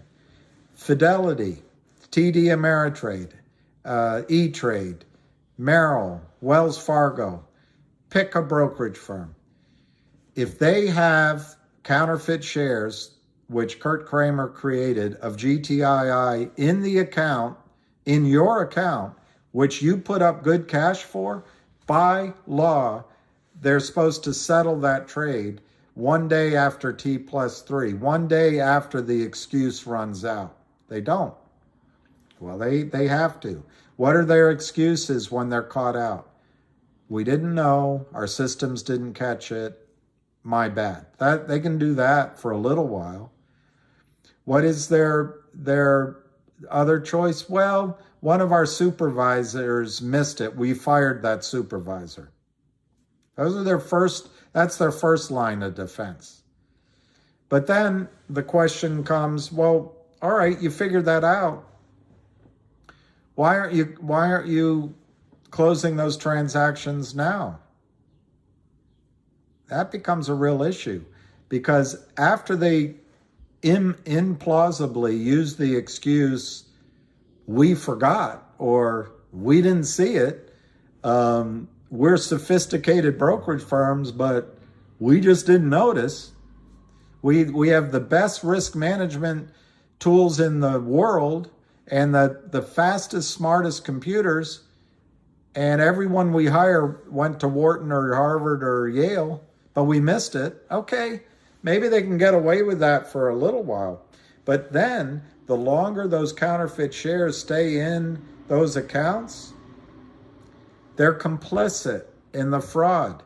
So Fidelity, let's just use one name. Fidelity doesn't want to commit fraud. They don't want to violate the Securities Act of 1933 and 1934. They don't want to commit wire fraud. What did your money buy? A promise to deliver is what your money bought. And to the extent that Fidelity doesn't close out that position, they're committing fraud. So that's one reason, self-preservation. Second self-preservation reason, GTII is issuing digital dividends outside of the fraud that is the United States securities markets. So when Upstream issues a blockchain, which GTI tried to do twice before, one with Beyond Blockchain, the company they bought, and secondly with 4 coins of Shiba Inu. But both times, those proposals got blocked by FINRA and the SEC. This time, it's a bona fide offshore exchange, blockchain, that FINRA and the SEC can't do anything about. It's a dual listing. So it's also going to be a dividend. So just to go back, I forget who asked me now, why is it different this time? If Fidelity gets, for let's say they have 10 million shares of GTII in Fidelity's accounts that you guys paid for, and let's say you paid an average of $3, $30 million they took in, $300 million they took in, and in return, in about, let's say 2 or 3% of the accounts, there's actually been real delivery. 97% of that 300 million, it's all counterfeit. It's all fraud. Well, I already told you they can say, well, we didn't catch it. My bad. Mea culpa, mea maxima culpa. They'll still get a small fine and a slap on the wrist. They can do that once. But when GTII now issues, let's say, a coupon for one coupon for each of those 10 million shares with a value of $500 off legal fees. I'm not going to even try to do the arithmetic, but I think that goes into $1.5 billion worth of coupons at face value. Who's to say they're not each worth $500 a coin, a digital dividend? You might say, well, they're not really worth that much. Nobody's going to use them. By the time you talk to the law firm, they're going to get you to sign up on something. So they're probably not really worth 500. Well, how does Fidelity know that? They don't know that.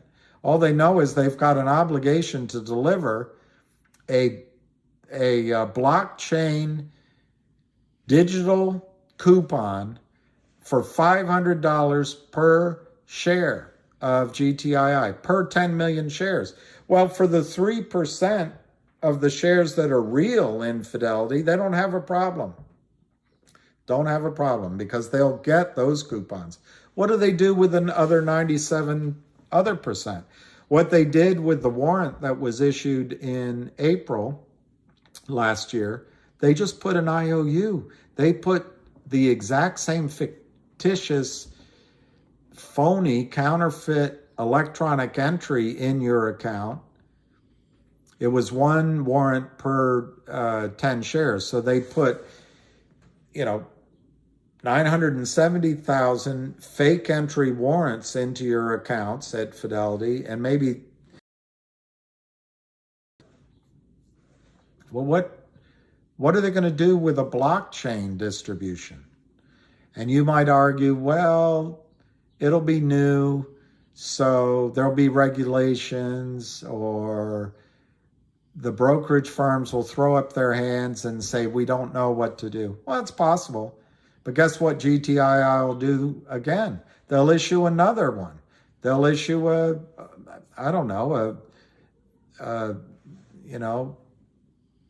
I can't make one up. They've got a gold company in Dubai. Maybe they issue 1/8 of an ounce of gold to every 100 shares through the blockchain.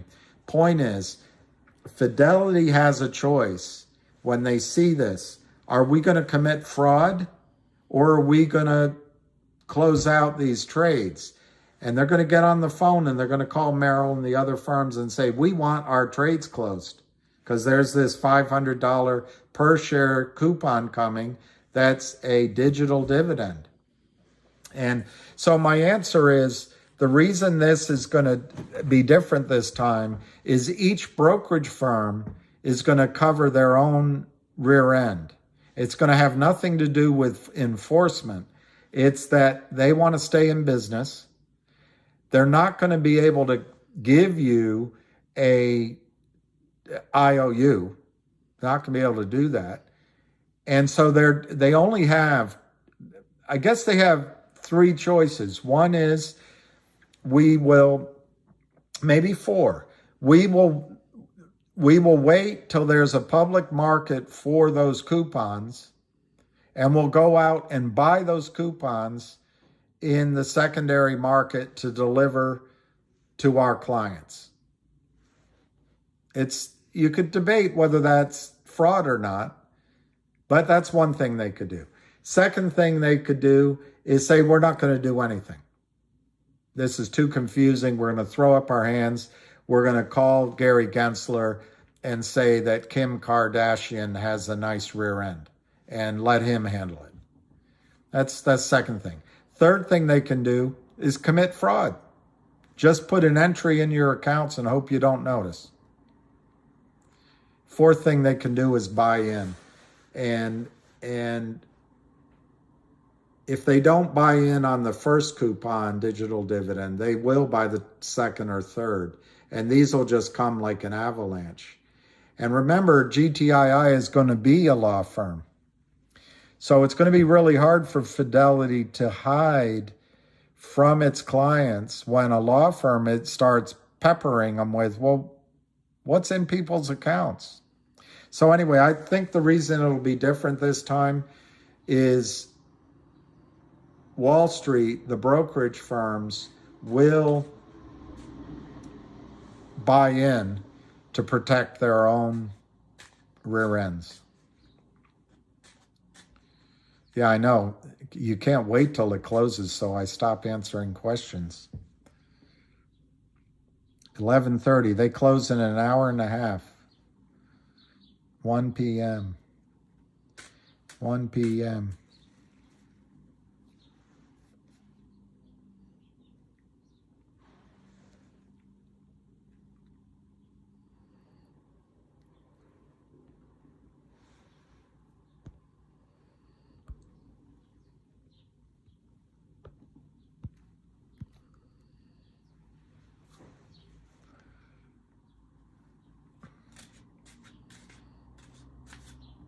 Yes, DM425 investor. That's exactly my point. I think it'll snap back like a rubber band. What is the credit? Well, ring the bell. The better question is why open today? And Ham points out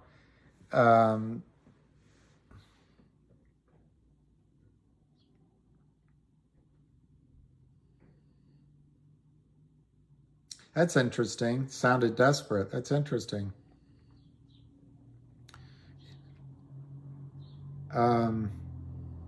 Let's look and see if Ham's going to have a call. I wish he would.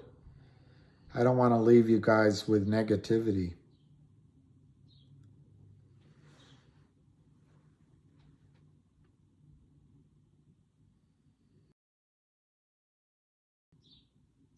Crayon Eater is great. I love Crayon Eater. I love Crayon Eater. Look what he says to that guy that said, you know, that Riaz guy. He responds, says the guy with a week-old Twitter account and 0 followers. Hey, pal, most of us have had GTII since 50 cents. While I don't love the recent action, 4X is hardly trash. Try harder. Do better. I love it. I love it.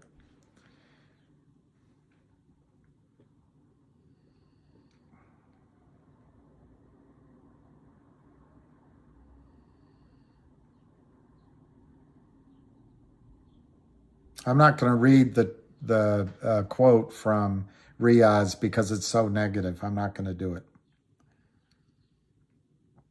I'm seeing if there's anything positive.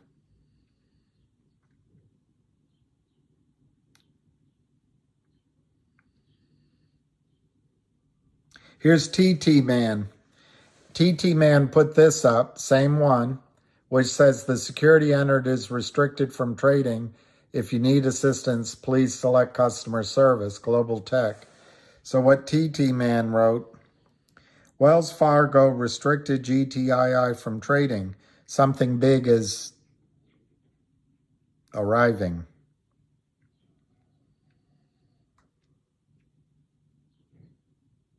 Here's what Ham wrote.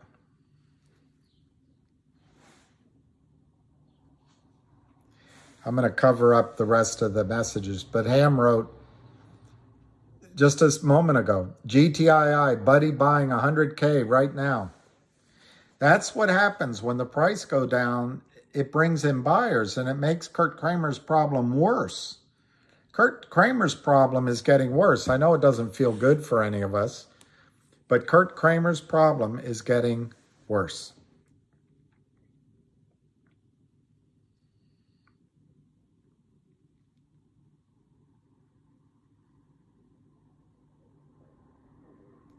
All right, so here's what Ham just wrote. The big boys have showed their hand. They are all stuck with FTDs by the Kramers. FTD being failure to deliver, not florists, flowers. What is FTD? Whatever.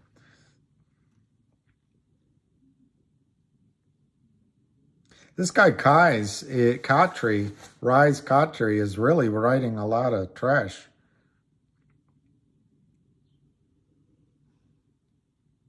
I'm not going to repeat any of it.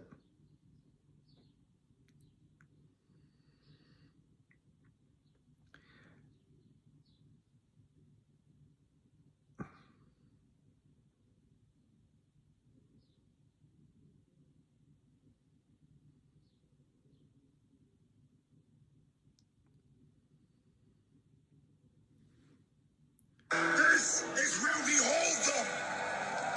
This is where we fight. This is where they die. And these shield boys. Remember this day, man. It will be yours for all time.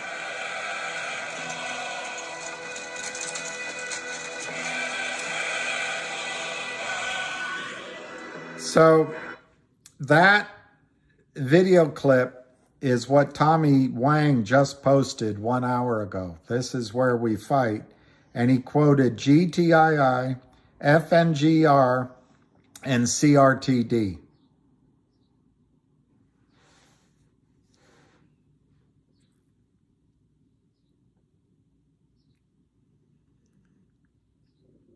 So that's, I take that as a huge positive, because Tommy is one of the whales. And we like all of our whales, even if they're skinny.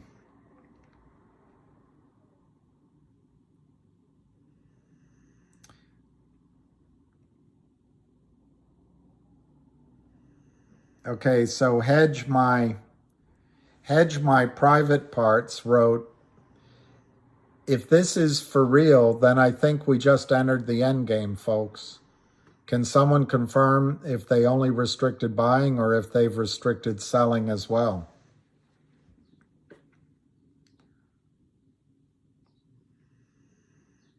I'm avoiding all negative posts because it doesn't help.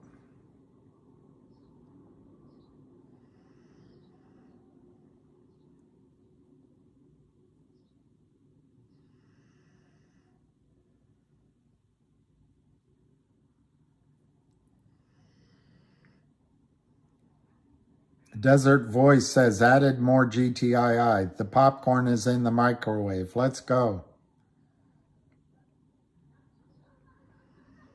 And then It's Still Me, I'll Be, who is one of the staunchest of supporters, said, well, they don't want folks to be buying for some reason. Last time they turned off the buy button was that other play that ran to nearly 500. Are they expecting a buy-in of 200 million shares? See, there's hope.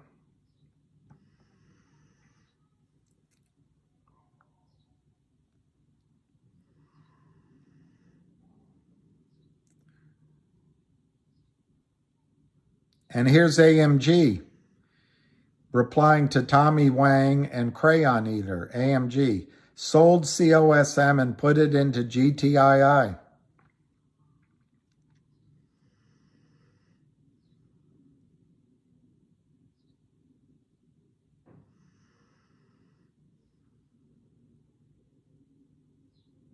Somebody said there's a Lou video. I'm looking for it. Let me go on.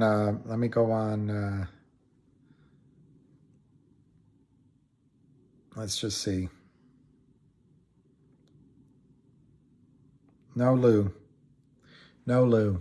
Even the strong take a break sometime. Had a dream I was buying a new truck, driving a new truck. I had a dream that I was enjoying a new, oops, I can't say that.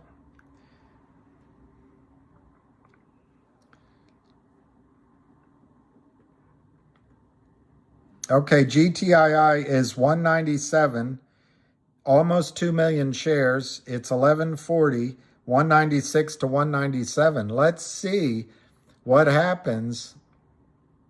Let's see what happens. I have a hypothesis.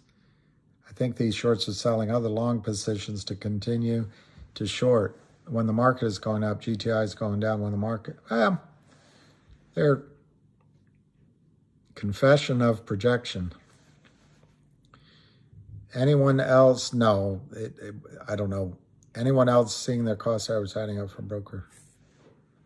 I just said that. Oh, he just tweeted? All right, let me see. Let's see what Alicia says first, because you know what she says is important. Oh, mine too. I don't know what she's talking about. Mine too.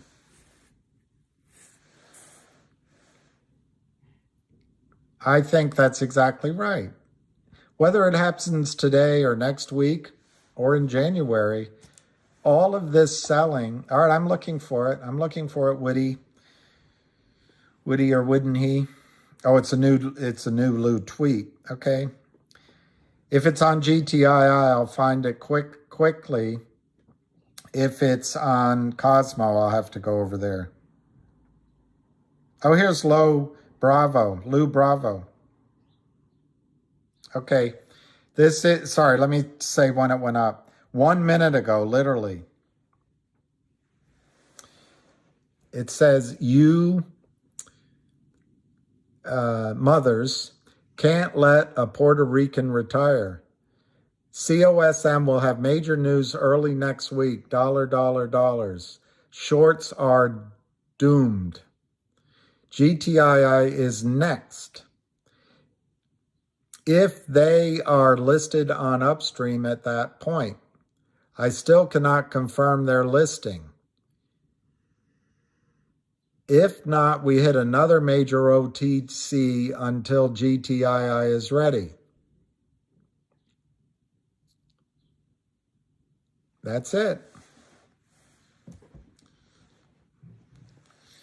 Well, Chuck, that might be that he's a salesman changing the dates, but the fact is the dates are kind of moving regardless of what's being said. Simply, Lou said he's not putting any more money in GTI until he hears more information on Upstream. Yeah, I mean, he may have a full position. When I was a broker, one very successful, actually, is Julia Walsh, first woman to own a seat on the stock exchange, used to tell me what she would do with investors. There'd be a full position she'd have in mind, and she would buy, when talking to them, let's buy half of our position now, or let's buy a quarter of it now. And then they buy the rest later, depending on how the stock price moved. But then they would get to a full position. And maybe Lou just has a full position in GTII right now. And once he makes money in another trade, he'll add to GTII. Maybe that's what he's doing.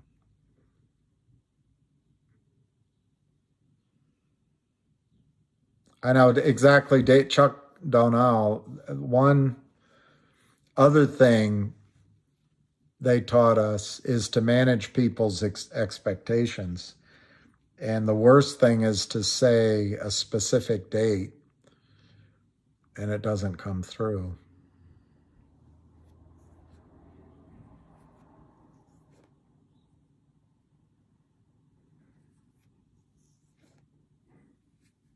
Fingers getting more. Look, what I just said has importance. It's a mission. I'm on a mission. Let me see if I can go this direction. No, I got to go this direction. More and more. It's not your bad. I know, glare on the stream.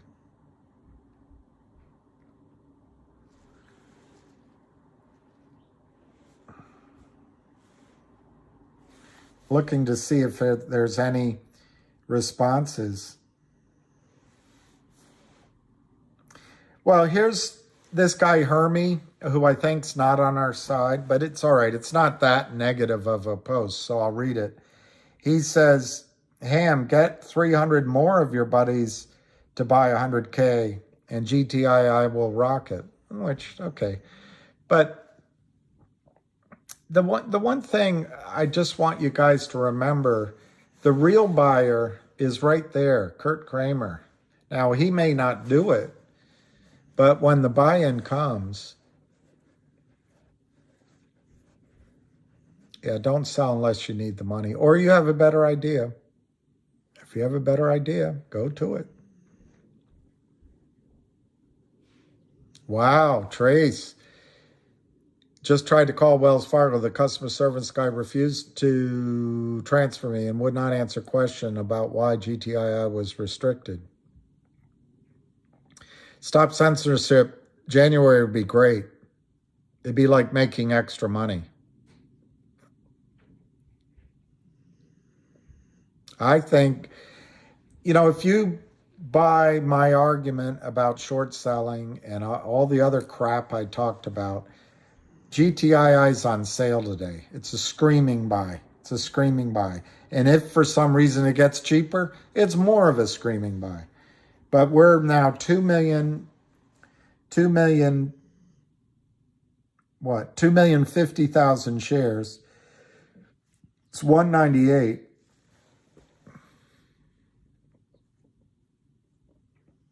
Well, there you go, David Lee. It also means exactly, Raw Beauty.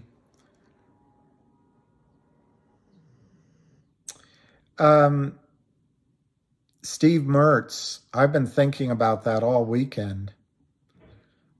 And that one guy that was so confident that his Goldman Sachs nephew or uncle was telling him that MMTLP isn't going to squeeze.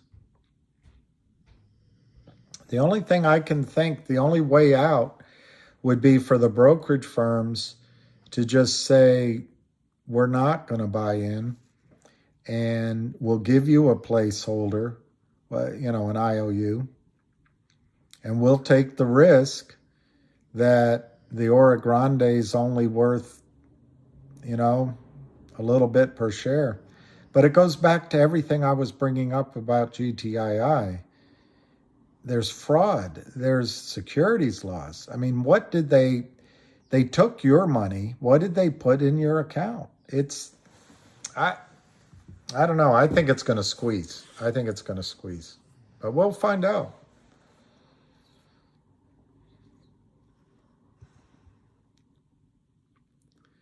Big Lou, what's COSM trading for? Yeah, $38.99.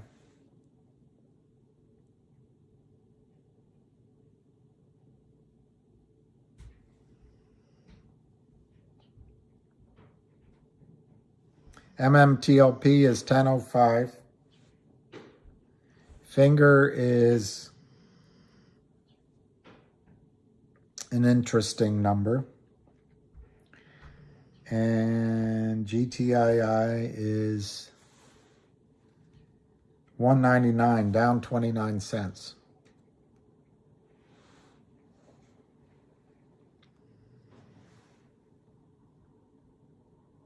Exactly, Thomas Gibbs.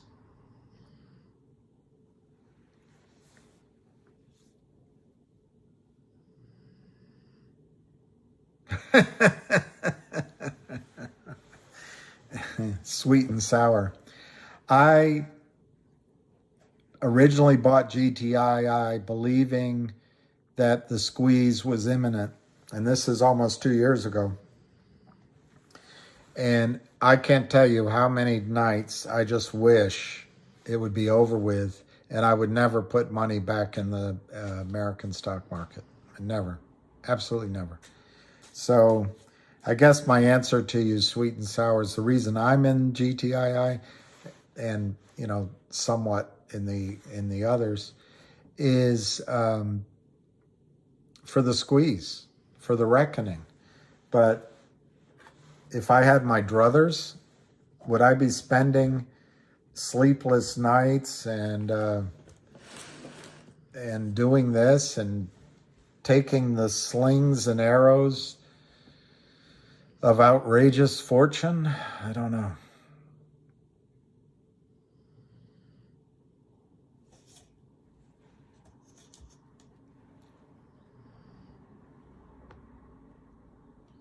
Nobody liked my cartoon.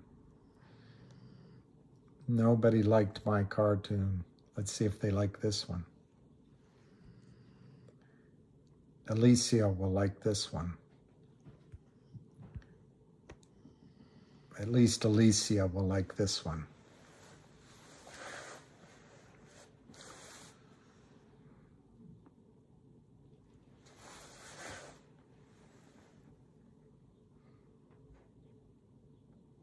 You like it. How can you be unhappy watching that? You can't even get mad at someone sending you bad messages when you watch that. I want to grab the last puppy. See the last one? I want to pick that one up and say, you did a good job. I know my prism skills. I'm just practicing different things, Max. Eventually, it'll be seamless, and then it'll be boring. And I'll talk to you with a modulated voice, and I'll have music in the background, and it'll, hey, hey, hey, and you gotta buy, and wait, make sure you hit the subscribe button and the tab button and the like button and I hate all that. I hate it all. All right, let's see about the Duke, the Duck of Death. The Duke of Death. The duck, I says. So the duck here,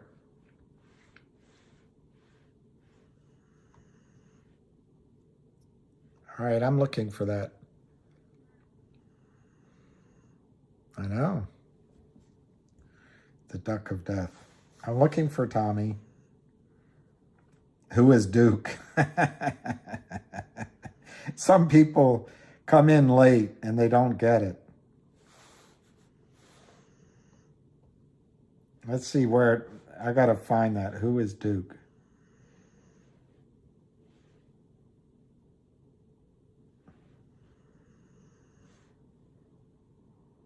All right.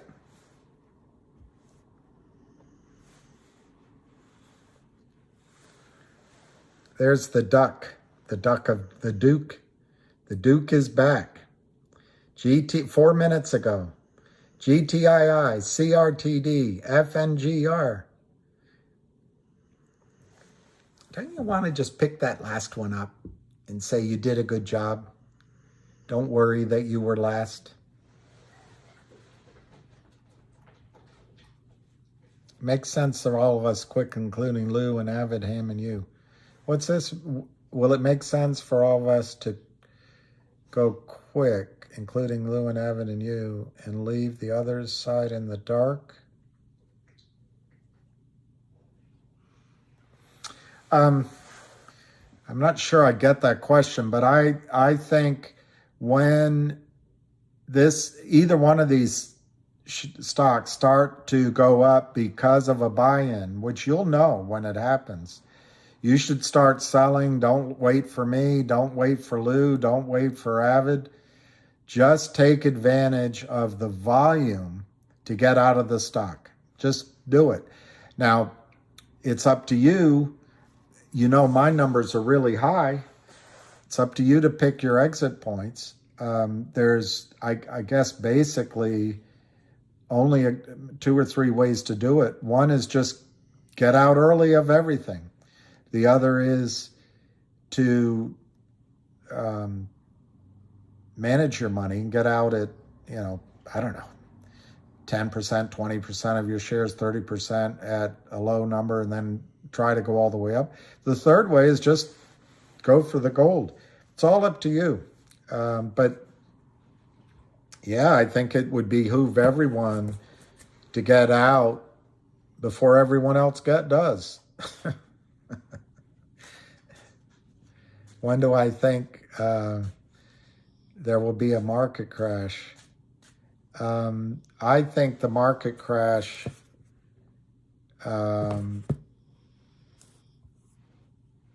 GTII is 192, down 36. Is COSM down? I guess that's why everyone's talking about it. It's 39 cents. It's down from the high. I think COSM is being manipulated the same way AMC and all those stocks were, but I don't know anything about it.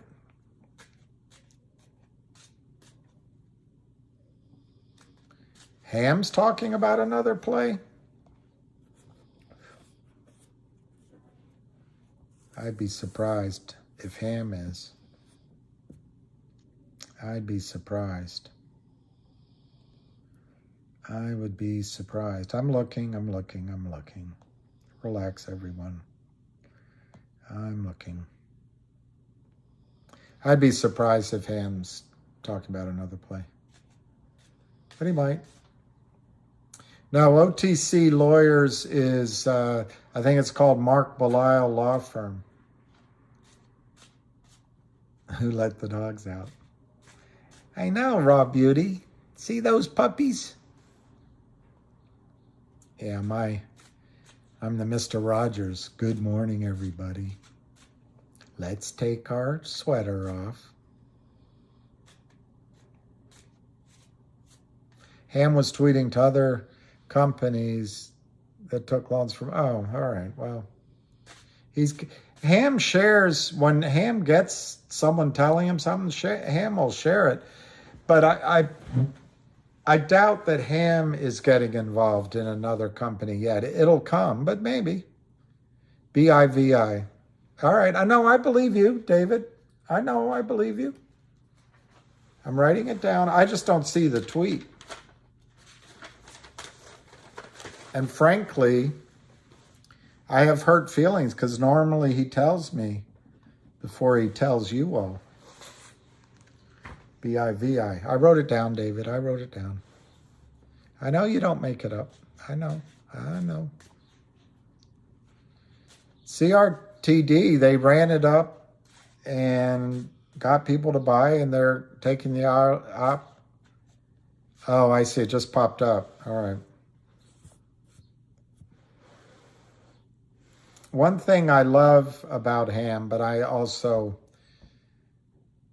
he has no guile. Ham has no guile. He is what he says. I never watched Mr. Rogers. I've since seen, references to it, but I never watched it. And frankly, who could be more boring? Yeah, it's hitting lows. And Ham told me that this morning. He said they would run it up and then bring it back down.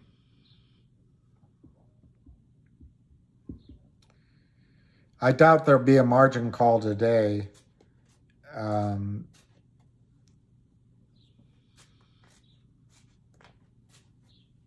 But noon is coming. Antmaz, what they'll walk away from is an LLC, which you all know, but an LLC is a limited liability corporation. And as long as they haven't pierced the veils of that by, you, and good lawyers can find out if you did, the losses are limited to the assets in that limited liability company. So if they've shorted the stock completely in one LLC, I think they've used more, and they're underwater, and Alpine Prime calls up and says, we need $10 billion to cover your margin call. Obviously, I'm being extreme. Kramers aren't going to pay that. They'll just walk away, and that LLC will go bankrupt. And there's no liability back to Kurt Kramer unless there was fraud, unless there was lying, all those things. But a lawyer will sort that. But the immediate liability then goes to the, somewhere in the chain, somewhere in the phone calls. It'll be the market makers, the brokerage firms on the other side of the failed to deliver trades, the prime broker, then the Kramer account, which they'll walk away from, and then it goes to the DTCC, $80 trillion. Oh, Jose, how did you lose him? Was it expected? Oh, gosh.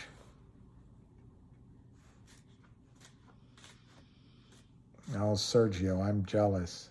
Beagles. I'm sorry, Jose. I just don't know the words.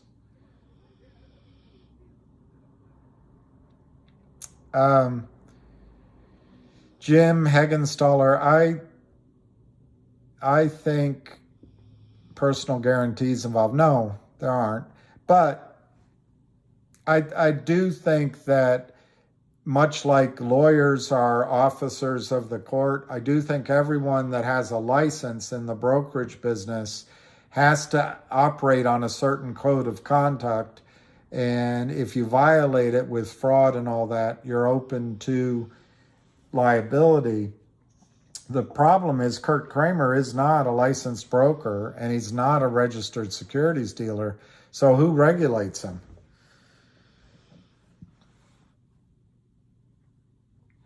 That's nice, Russ. Exactly, Jay. Al Capone. Aunt Maz, the one way it helps us if they walk away is it means that there's two ways that the squeeze is going to start. One is the Kramer stops selling. So if they walk away, they stop selling. Imagine today, I got to look up the volume, but imagine today without 2 million shares being sold. So that's one way it helps us. The second way is as the price goes up, which you would assume since the selling is gone, margin calls step in and brokerage firms call up the non-existent telephone on the other end of the line for the Kramers to deliver more money, and they've walked away. They're not delivering any more money. So the brokers start buying in one by one, and that's how it helps us. So it really is, if it's true, this idea that the Kramers walked away, and I trust Ham's instinct, it's huge for us.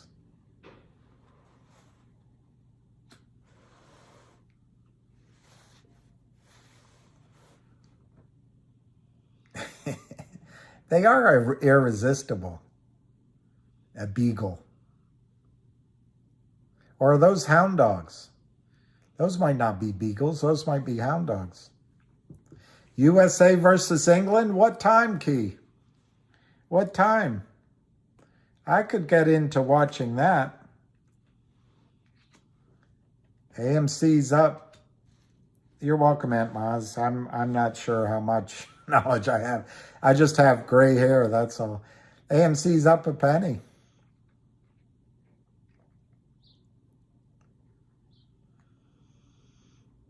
By whom, if so?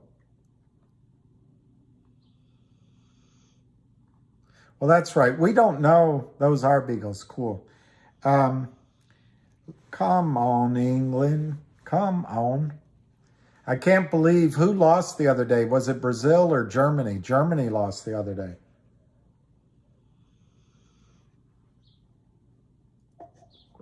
Beagle is a hound dog. I didn't know that. Makes sense. They bark all the time, but they're so lovable.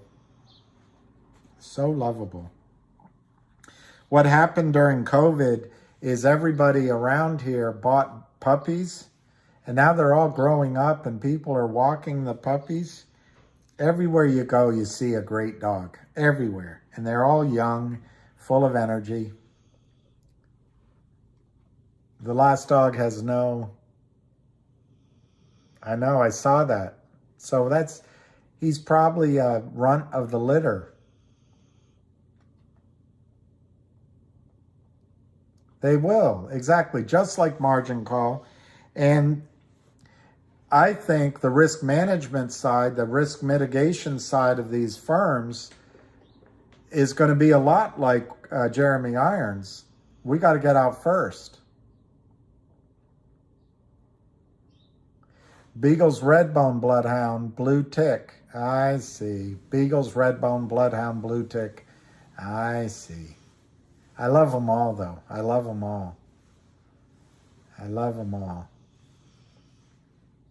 Well, you're starting to see, and I know maybe I was negative earlier. Sorry, Lion of all trades left. But you're starting to see the fight that GTI is up against on one hand. On the other hand, you're starting seeing to see the advantage of working with a group like GTII. Christian, I uploaded a video last night. I don't think it's even up by now, but you'll see if you, it's long and you don't have to watch it. But there in that video is my, I don't want to say prediction, but my worry that the stock would open under $2. So what today is, it's fraudulent selling by Kurt Kramer, market manipulation illegal by Kurt Kramer, crossing trades by Kurt Kramer, creating false volume by Kurt Kramer, naked shorting by Kurt Kramer, because he just wanted to get it down and break $2 to shake the tree to see if you all would sell it down to $1. And I gotta say, I admire everyone sticking together. Oh, I hate that they use beagles in laboratories. I hate it. Why use a beagle? Because they don't bite, I guess. They don't bite. You know, Daryl, everyone says synthetics. To my experience, which I admit is limited, synthetics can be created. For example, let's see if we can create one in my mind. We could buy a put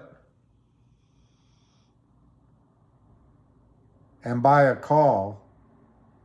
That's what you could do. You could buy a put, and buy a call, and you have a synthetic share. That's one way to do it.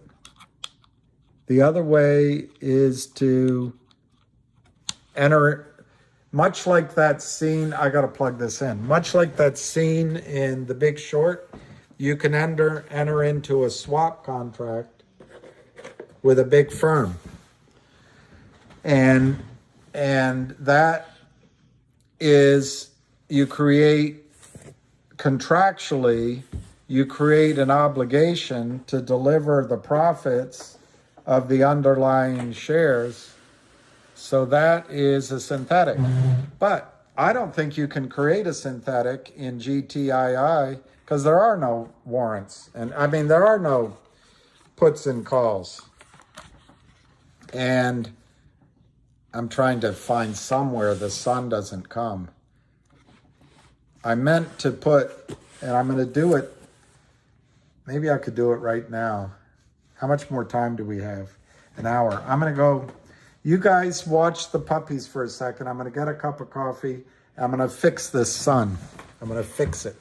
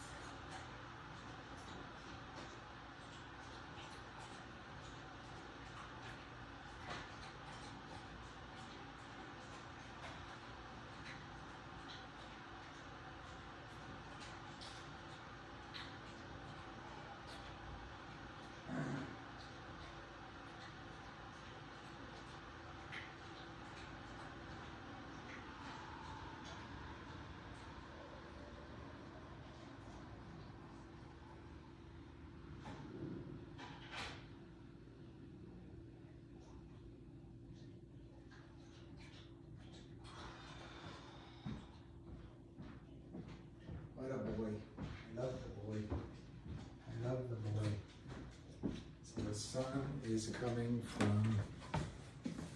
Where is the sun coming from? It is coming from right there, okay?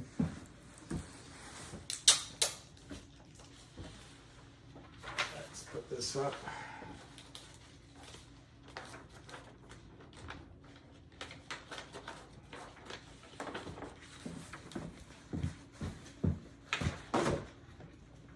There, that would do it. That would do it.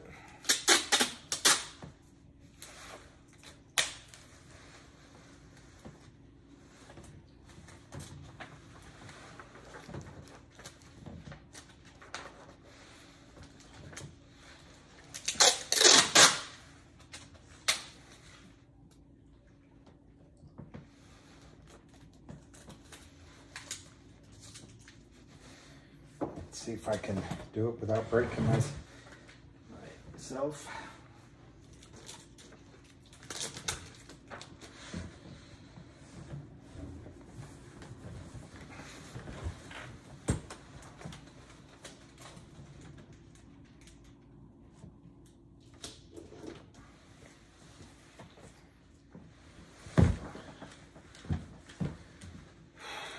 Hey, boy. You're a hound dog too. You're a hound dog too. You're not a hound dog. You're a good boy. You're a good boy. All right. Somewhat better. Somewhat better. Somewhat better. Just park the car a little to the left.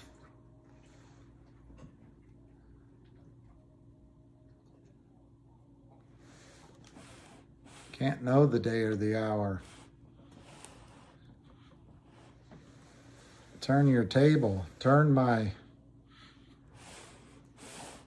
Anyway, it's a little bit... Lou dropped a vid. Let's watch it.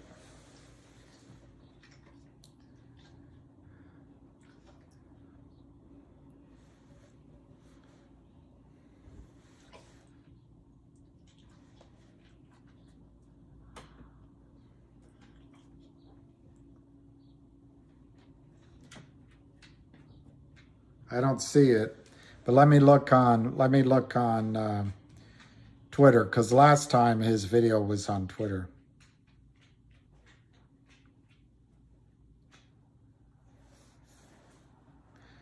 All right, so this guy Riaz is saying, this guy Riaz sounds just like the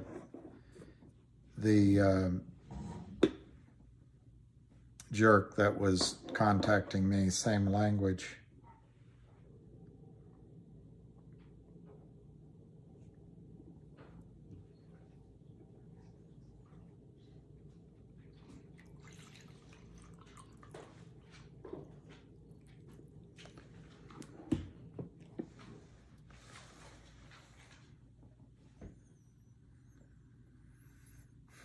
I don't see anything from...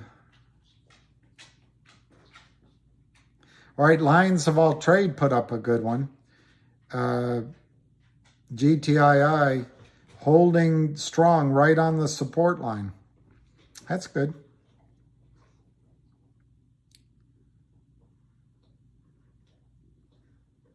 I don't see anything from Lou. Let me go over to COSM. He might have put it there.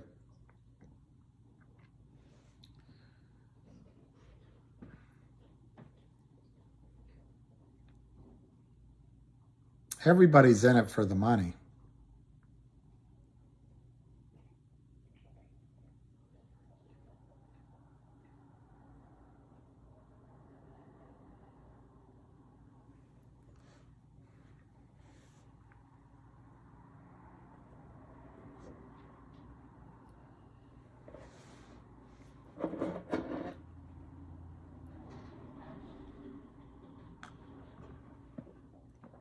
I do not see the power hour. I wonder if is that Courtney Cox? It's all right. I'll look. I will admit, you counted 1,000 dogs so far.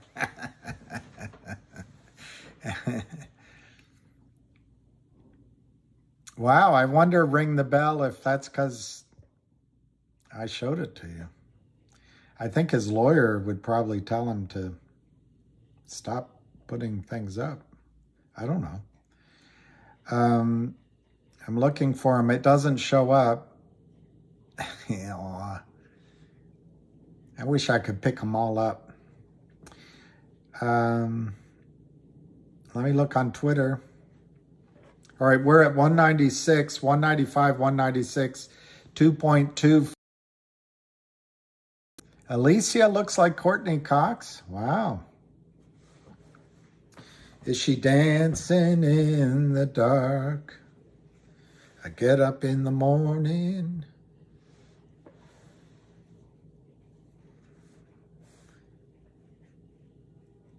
And I don't know which way to hold my face. I look in the mirror, comb my hair. I can't remember it, but I do know it goes, we'll be dancing in the dark. I can't find it, but you got a notification. I'll keep looking. I'll keep looking. I think YouTube can slow down sometimes, for me anyway. So let me just look again. I don't see it. All right, let's get the quote. 193, down 34 cents. We got 45 minutes to go, basically.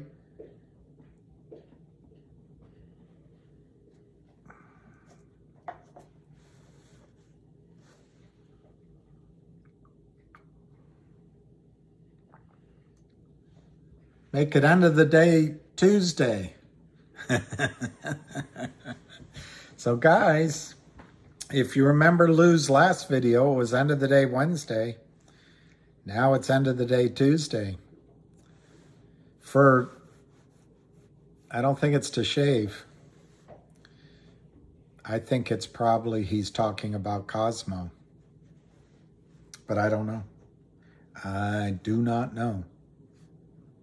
Yeah, I don't see a new Lou vid, so we'll, I think he might be on with us, though. Maybe. Oh, he's flying. Well, it's 12:20. We've got 40 minutes left. 40 minutes left. Ecuador is terrorizing the Dutch defense. That's great, Key. What's the score? 0-0? Oh, Lou has a different YouTube channel. So what is it called? Oopsie. My pants. Let me see. I'm on the Lou versus Wall Street channel. I saw Avid's post yesterday. I don't know what he's saying because he didn't tell me about it. I'll find out more. But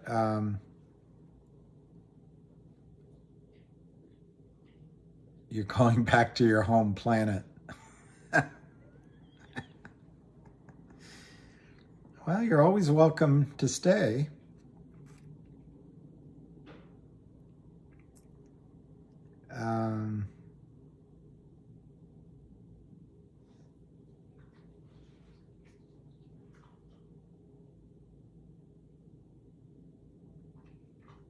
I'm looking for Lou. I don't see him. So, 16 hours ago. Ham call at 3? 3. So it's after the market closes. All right. Well, I'm not going to sit around for 2 hours. I'll come back on. Why wouldn't he do the call right now? Let me see what Ham says.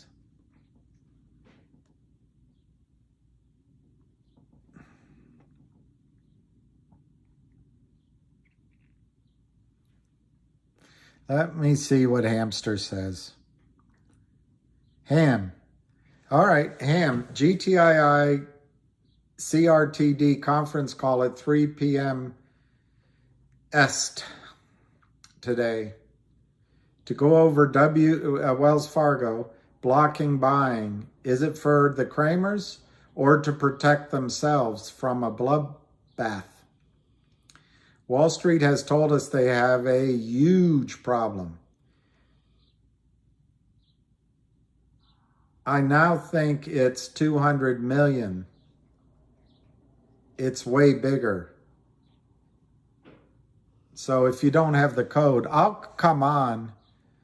I know it closes at 1, but he's saying that he's having the call at 3. So what I'll do is I'll come on 10 or 15 minutes before 3 o'clock to listen to the call.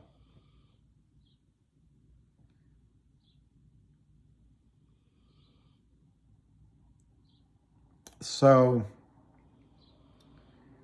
hey lottie lottie, hey lottie lottie, 193 down 35 cents. Do we get the power half hour? Do we get the half power hour? 194, 193 to 195. All right, Alicia, do we close above 2? Or do we close above 225, 220? I'm going to say that the stock goes to 210 by the end of the day. 2,593. I will come back on. I will come back on. I want to hear what the hamster is saying. I want to hear. Power hour. Power half a hour.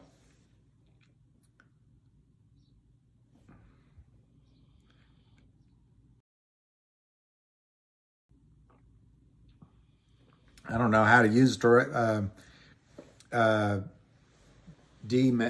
messages, but which platform it is on. I'll find Lou's video. I'll find it.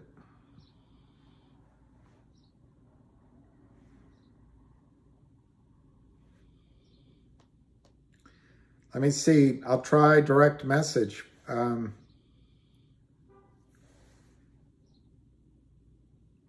It says 18. 5 people you know.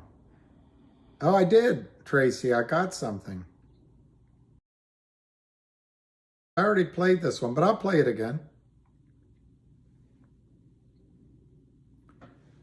This one? What's going on, my gobble gobble motherfuckers? Listen, I'm shooting this video. I played that. Which channel this is going to be put up. Neither do I give a fuck at this point. Look, I've broken it down into order of what's going to move first, larger gains. Based on everything that I've seen, COSM is going to be the one that tomorrow and next week is going to have the largest movement because of the warrants that just dropped coverage, the FTDs, and the fact that there's 400 million shorted shares and there's a float of only 80 million. And let's face it, the company I think is holding 20 million of that. That's going to run, in my opinion, first. I went heavy into that one, okay? So that's the first one. Second one, there's another major OTC play that I'm looking at right now, but that's after COSM. So look at it towards the end of next week. Then GTII has not given me the information that I'm looking for as far as how far along are they in the upstream auditing process. Are you in the application stage? Are you right now doing the audit? Where are we? They're still talking about warrants. And what's your question, Monsieur? What's your question? Well, I don't know what his question is. All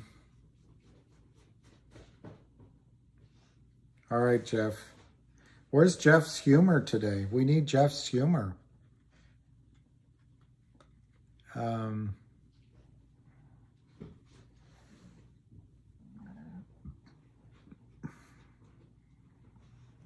GTI 192. Cosmo still trading basically where it was. CRTD is down a penny. What is the question, Monsieur Arteta? Oh, he posted on Twitter. Okay. I'll find it, I hope. I looked at what Tracy sent me, and it's good. Now I know where to look for direct messages.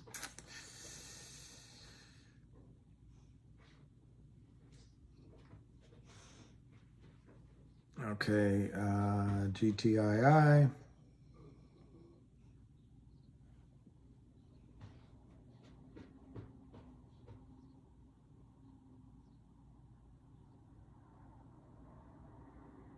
Yeah, that guy is, I'm on lose. Oh, there it is. I found it, maybe.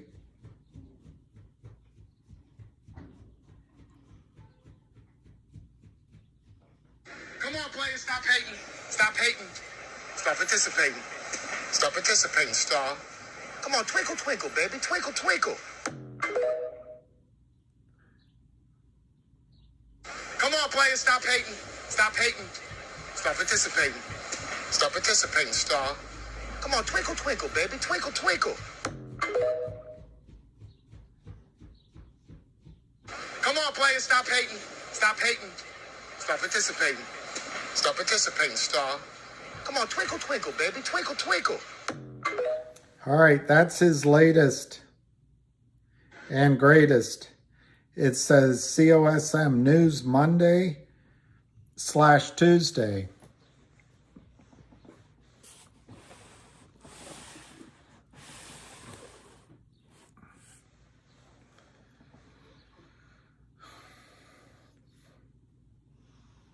Yeah, I don't know to take you seriously. Ham just tweeted. Let me see what Ham says. Let me see what Ham says. Everybody's tweeting about, everybody's looking at me. I don't hear a word they're saying, only in the shadows of my mind.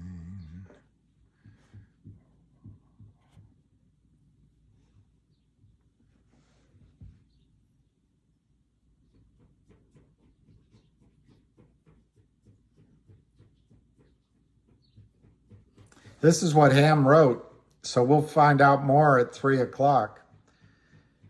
Wells Fargo is blocking investors from buying GTII. They are naked short and trying to cover.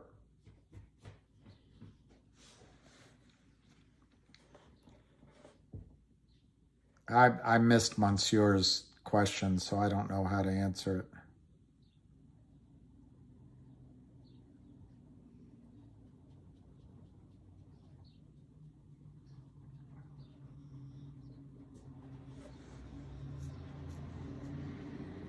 Twinkle, twinkle, baby.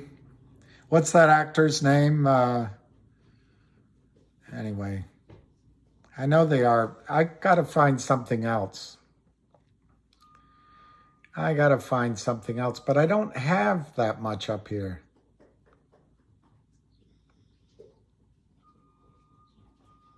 I have to locate another item.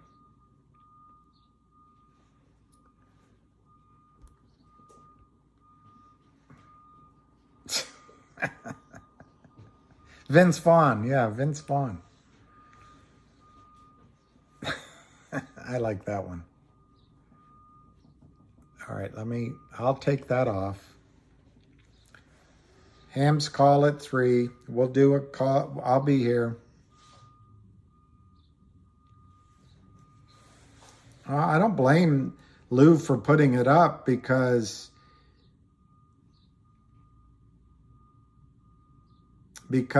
everyone's everyone's being so negative. Here's Ham's most recent. Wells Fargo is blocking investors from buying GTII. They are naked short and are trying to cover. That's what he just wrote. It's all right. We give you leeway to make a mistake on a text. All right, so we got 30 minutes left. I don't like Wells Fargo.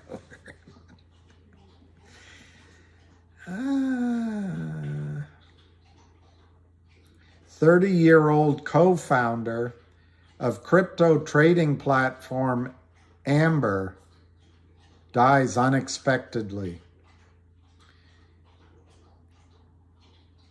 Tian Kulander, a former Morgan Stanley trader who co-founded the digital asset platform Amber Group, has died. He was only 30 years old.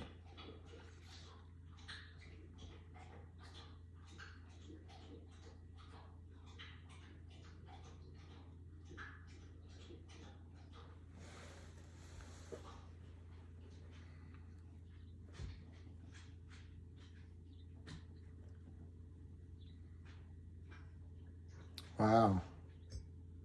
Could be, yeah, I'm not going to read either of those.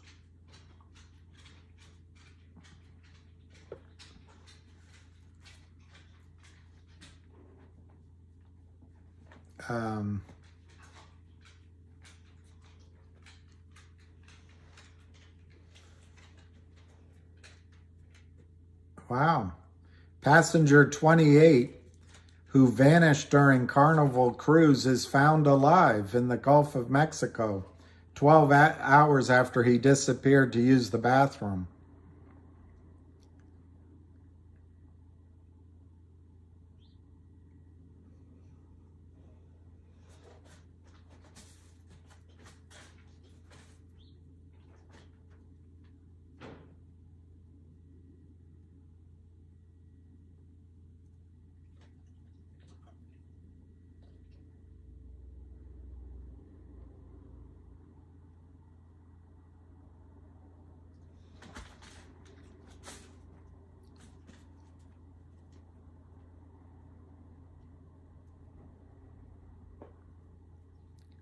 Kate Hudson is 43? I'm out of it.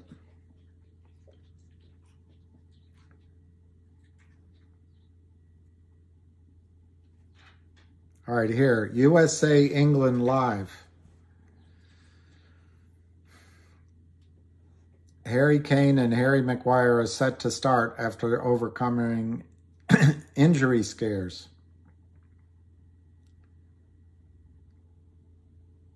Come on, England. Come on.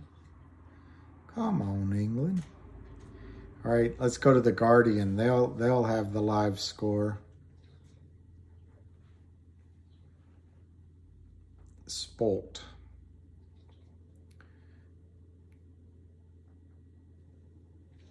Iran is through. They beat Wales.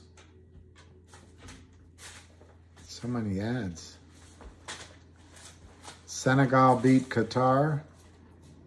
Gutter. Netherlands, Ecuador. 1-1. Netherlands, Ecuador is 1-1. It's a long bathroom break. It's going to be hard. It's going to be hard for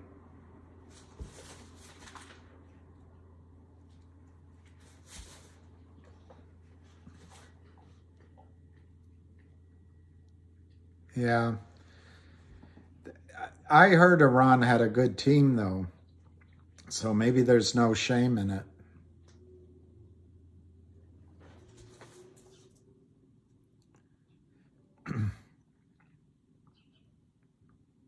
Brazil might have some trouble.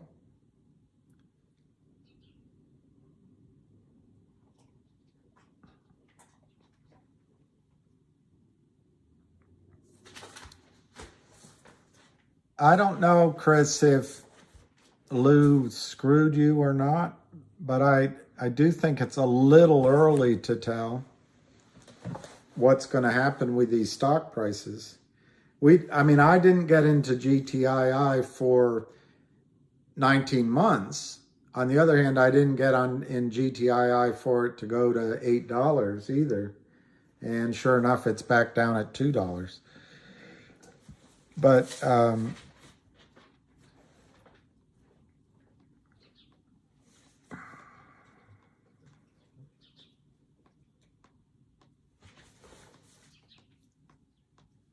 having, still the goal is to be in a short squeeze, and the squeeze hasn't occurred yet.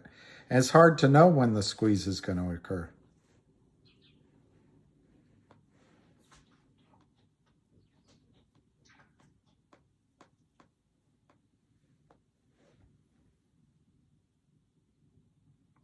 I had to re-sign in to give you the price quotes.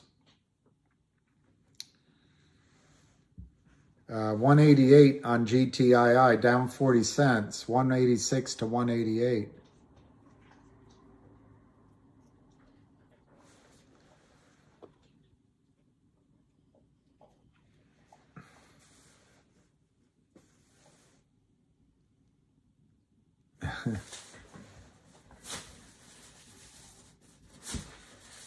Oh, they still have regular trading from 1 to 5? I'm not sure about that. Oh, we'll find out. Hey, KYP. Yeah, I know I don't do everything right, but it's been a nerve-shattering experience for me, sir. 186. Oh, it's after hours between 1 and 5. So we can watch other plays. Bye, Big Lou. Monday will be another day. Chinese does sound good. That does sound good. It's 188, down 40 cents. We got 40 minutes to go, 20 minutes to go, 20 minutes to go. And I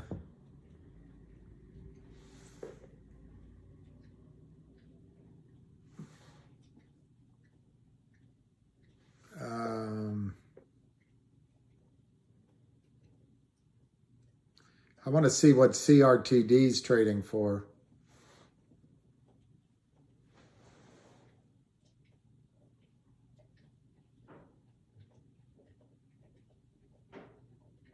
I know, that's exactly right, Key. They probably will all go at the same time. They do everything else at the same time. 111 to 112 on CRTD. It's down a penny. M-Tube, is GTII going lower? Yeah, it looks like it right now. It's down 42 cents right now instead of 40 cents 5 minutes ago. But I don't know how much lower it can go. Anything can happen to a stock. But if I had to guess, in the next 20 minutes, it's going to go up. But it's just a flip a coin. 187, 188.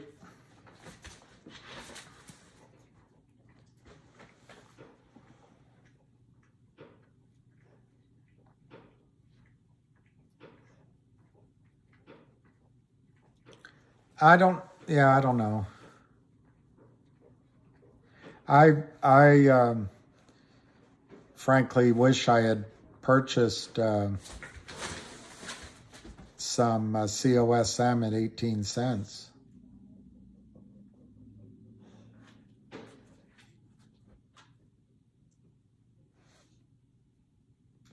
Could be that. Could be that.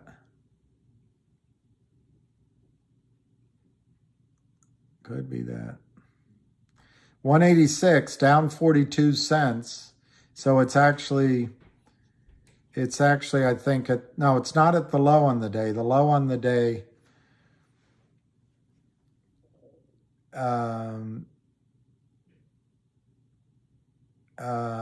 you are still holding. Joey Face, what do you think about it? 186, 188 on GTII.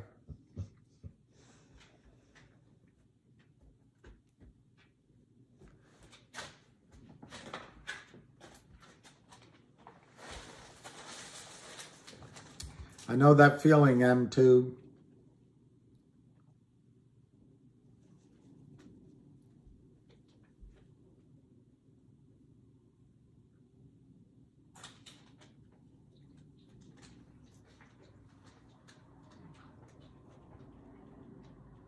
Wow, Joey. Joey Face. We're going to all celebrate at your house next time. 186, 185 to 186.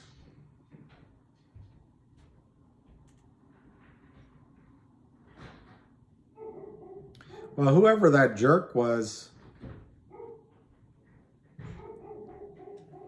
listen to the dog next door.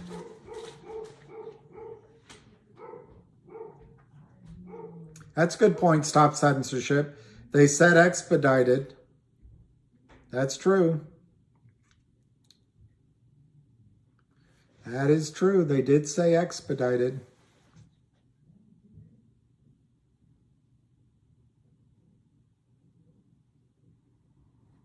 Tommy, you're amazing. Alvy, I think that's brilliant. They said 10 days ago, 3 days ago. So that means it's 7 days to go today?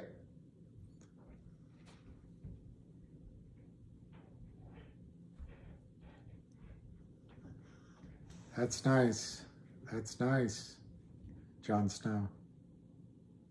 Yeah, I think GTII, who knows, but the snapback, we might be all saying, gosh, I wish I bought more down here. 185 to 186, it's down 42 cents. Down 43 cents now, 185. So he's going to try to close it. He's going to try to close it on the low. He's going to try to close it on the low. But I don't know. We've got 15 minutes to go. Let's see if some of the short sellers, see if they aren't day traders and they won't cover it. Who would want to be short this stock over the weekend? Coffee. Coffee.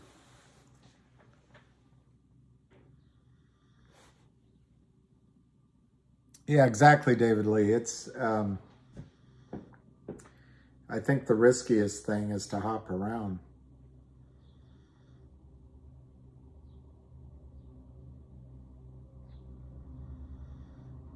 $185 to 186. 185 to 186. 15 minutes to go. Never look back. Somebody might be gaining on you.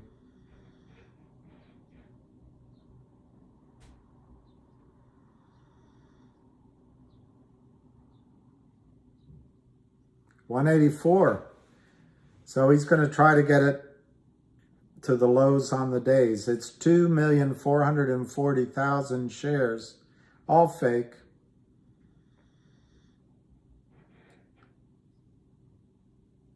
Now it's 183. It's the low on the day. Good on Kurt Kramer. Now it's 182. The guy is a genius. I've never seen a better trader. 182. Low on the day, 181.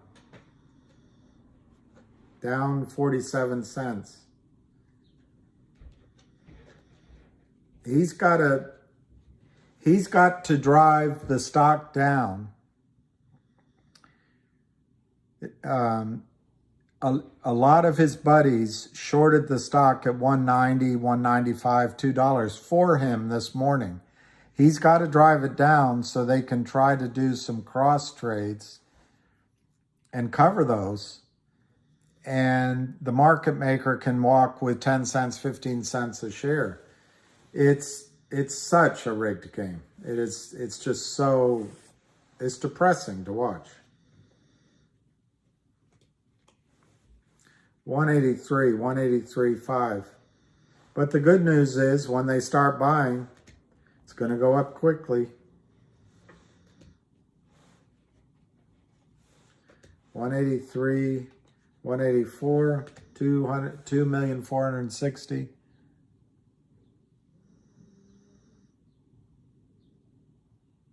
I know, Max.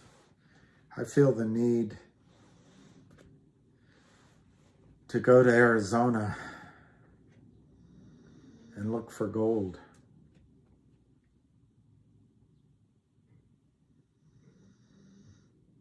No one is scared to short this anymore, Chris. I don't know. I'd be scared to short it. I'd be frightened out of my mind to short it.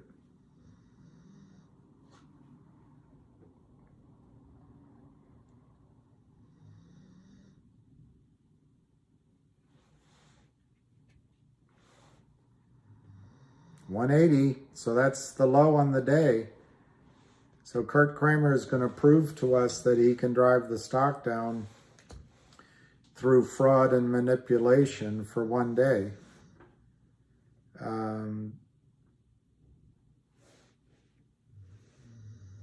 We'll see who wins the war.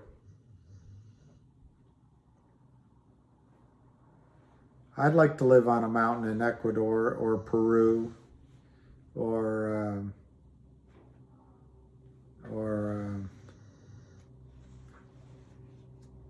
under the sea in an octopus's garden in the shade. We would be warm under the sea.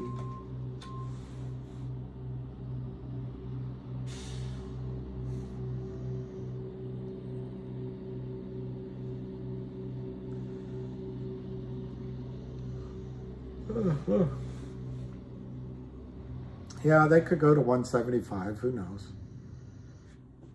I mean, I certainly think Eric Everett, if he did, in fact, get out at 7, he did a brilliant trade, and he could be buying back now. But to me, it's too late to sell and try to buy back cheaper. But I probably would have told you that at 7 and 6 and 5. So I just don't think it's, yeah, good things don't come easy. Skinny whale. There's Skinny whale. Skinny whale wants to become a blue whale.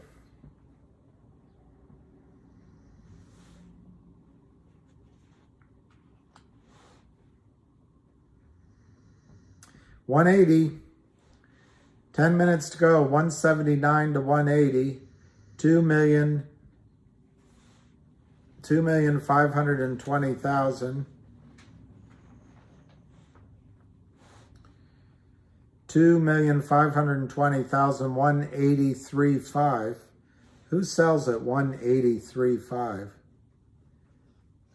2,520,000, 1,810.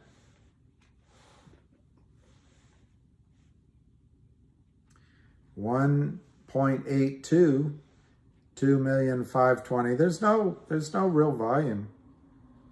I mean, I think it's all fake anyway, but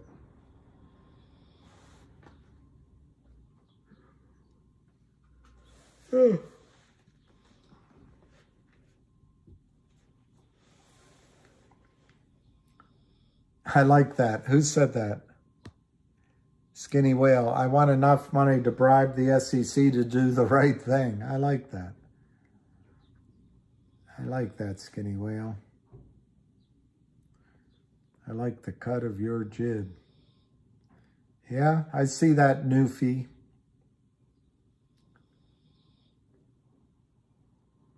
CRTD's 109. GTII. Do the Kramers and Alpine...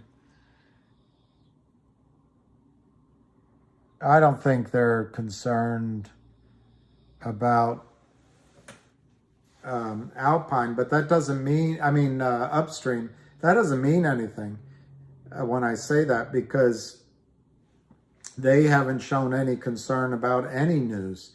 Their only strategy is to keep selling. That's all they got. As soon as they stop, it's finished. So he has to keep breaking the law. He has to keep going. It's a losing hand. But no, I don't think he's showing any particular concern about upstream. One, I think he doesn't believe it's going to happen. You know, he'll deal with it when it happens. But two, any good news, if the stock goes up, he sells it off. Like recently, it went to 9. He sold it down. So he believes that anytime the stock goes up, he can sell it down. Retail finishes as much as they can buy. Kurt can sell an unlimited amount of fake shares to a gullible brokerage system. That's what he counts on. So I don't think... He's so cocksure, I don't think he'll be worried about upstream. What you're looking for is not for Kurt Kramer to quit, because he won't. What you're looking for is for Fidelity or what's that one, First Trade, to start buying in. You want to see them start buying in.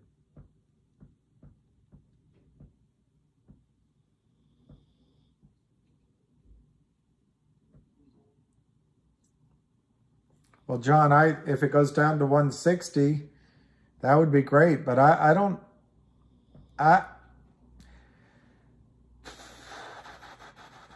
think today, Monday, and Tuesday might be the last chances to get GTII down at these prices. Now, offsetting that is we're going into tax loss season. Maybe at the end of the year, last week of December, you'll see low prices again. But, all right, bid is 179. The volume is 2,570,000. So they've been able to drive the stock down further on about 50,000 shares. None of it real. This is all half-day vacation trading. Now we're getting Alicia's rally. No, it disappeared. It was 183. Now it's 180. 2,580,000.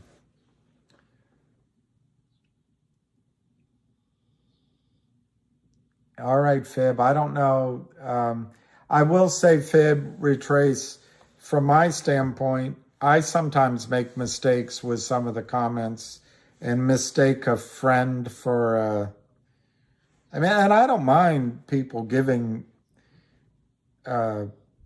useful counterpoints. It's just when it's just mean-spirited. I know, Alicia, it's not happening. 181. 180 to 181. 180 to 181. We got 4 minutes to go. 4 minutes. 4 minutes to go. It's 184, 183, 184. 4 minutes to go. 184, 185. 4 minutes to go. 188, 189. 4 minutes to go. 189, 190. 4 minutes to go. Oh, John, you're too kind, but I do appreciate it because I do, After these are all over, I'm racked with self-doubt. 190 to 193, 190 to 193, 1257, 192 to 193, 1257, 3 minutes to go, 192, 193, 190 to 193, 190 to 190. I'm just giving bid ask, because the one that matters is the bid as we go into the close. I'm not giving the last trade yet. So we got 3 minutes to go. 190, 192, 190, 192, bid 190, ask 192, bid 190, offer. The bid is getting, I just saw 10,000 shares on the bid that disappeared.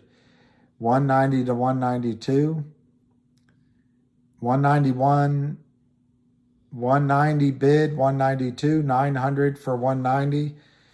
We got 2 minutes to go.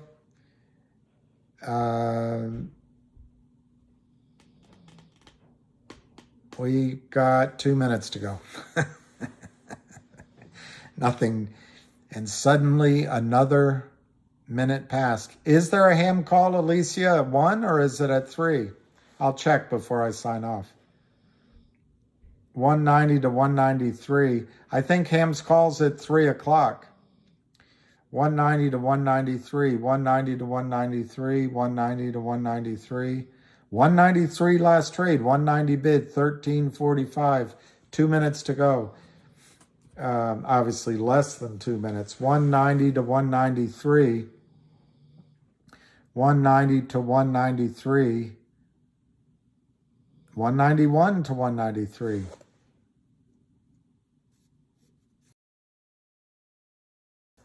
$190 to $193, 100 by 2,380.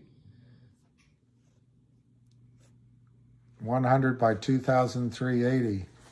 Bye, Newfie. Yeah, 3 p.m. I'll come back on. I'm going to take a break after the mark. We'll close up for a few minutes, and then I'll 190 to 193. 1 minute to go. 190 to buy 192. 100 by 5,000. There's no 5,000 for sale that's real. It's all manipulated. If you manipulate it like this, you'd go to jail. 190 to 191, 190 to 191, 190 to 191, 190 to 191. Last trade 190. So it looks like they're going to get the last trade there. 190 to 191, 1 o'clock. Last trade 190.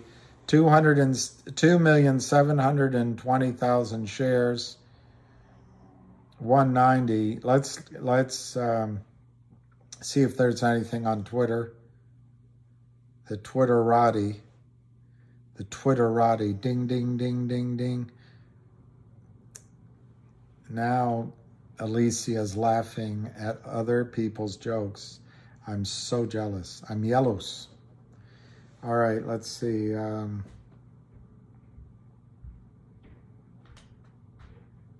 Yeah, David makes a good point. The Kramers could buy the stock and at least make money in one account.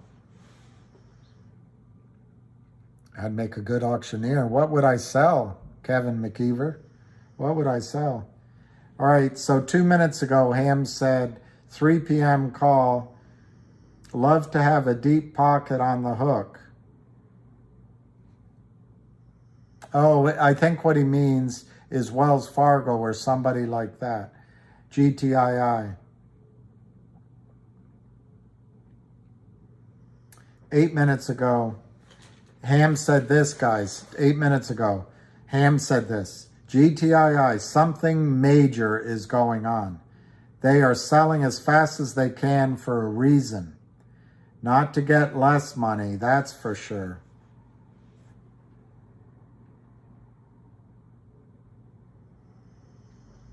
Riaz Qatari made a negative comment, but I'm not going to read it to you. Hey, Max.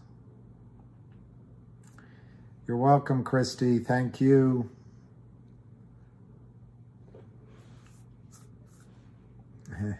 Courtney Cox says, Sergio, Cosmo, lots of laugh. or whatever LOL stands for. All right, 21 minutes ago.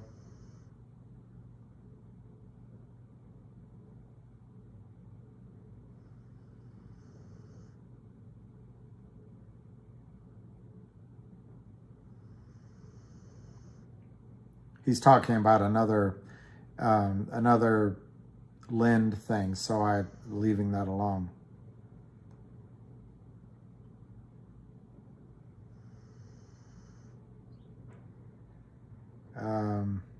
All right, so we covered all those. All right, Mr. McKeever, thank you. Jon Snow, it's up 36. Wow, I'm can't play that one correctly for me. Am I not entertained? Yeah, El Kooky. It's kooky. Wow, Max, 44.52. I'm gonna show up and hope you buy the steak dinner. I'll have a bite of yours.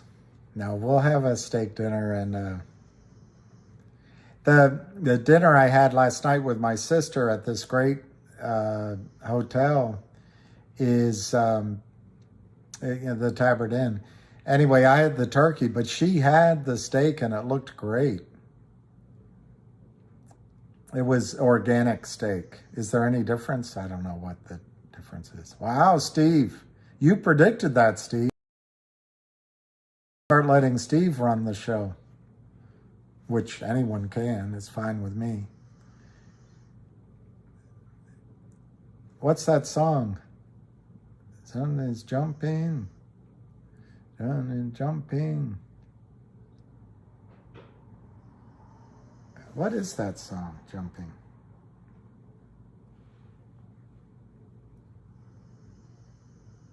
The floor. Oh, that's a great one. I'll see if I can find it. Just for you guys, since you brought that up. You guys probably haven't heard of her. But that's all right. It's always good to learn new things. I just got to remember which song it is.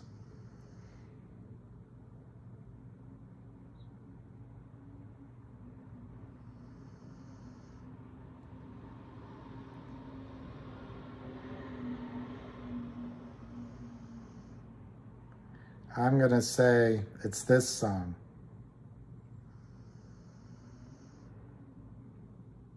And it's from Seasget, 2012.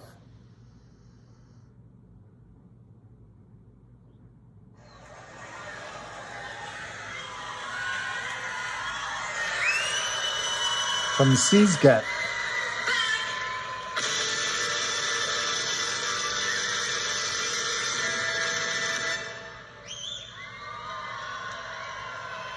No.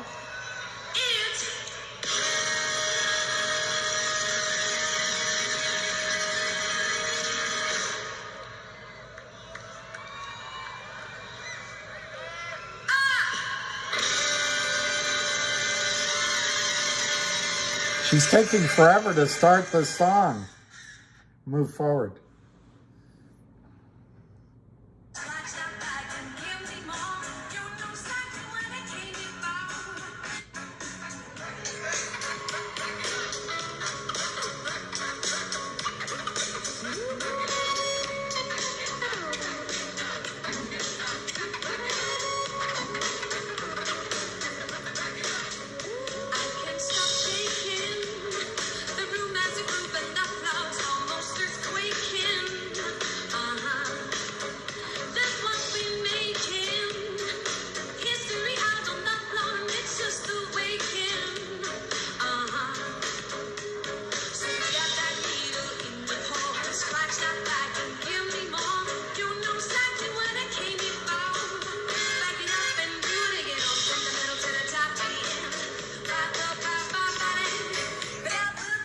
All right, I can't play it too long, but she says the floor is jumping. So anyway, I'm going to go live, Max. Will I be alive? I don't know, but I'll go live. the concern I have is but yes, I will. It's not Ella. All right, Oregon Dew, you're the best. I'll be lurking for you. That's Kara Emerald, and she's amazing. That's not her best song, but the words are, the floor is jumping, anyway, that's, somebody said Cosmo is jumping, but you want to hear her do, I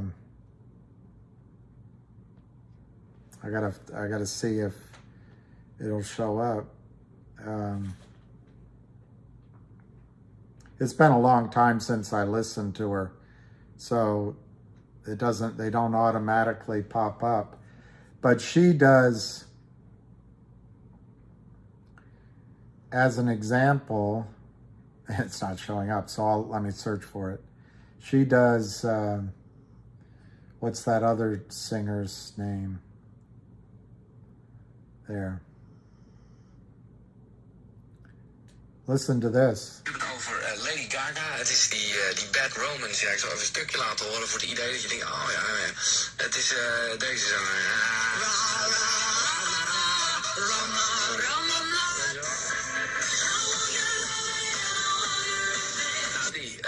We hebben hem nu in een goede uitvoering. Tenminste, daar ga ik gemakshalve maar even vanuit. Ik begon niet hoe het gaat klinken. Caro, ben je er klaar voor? Ja, zeker. Oké. De versie van Caro Emerald dus. Van Lady Gaga's Bad Romance hoor je nu live.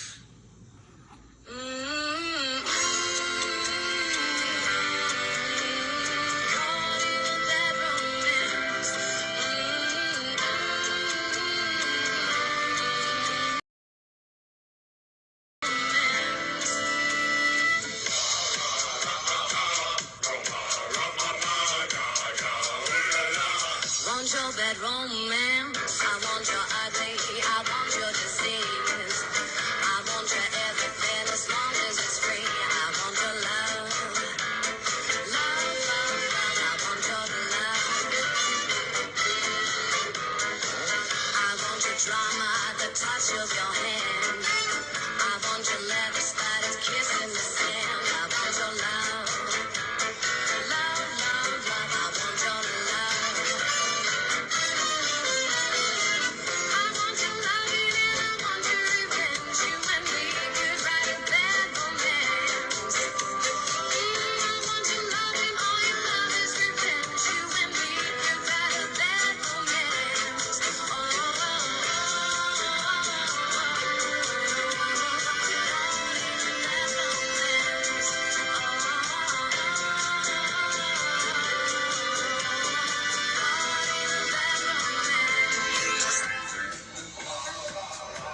That's Caro Emerald.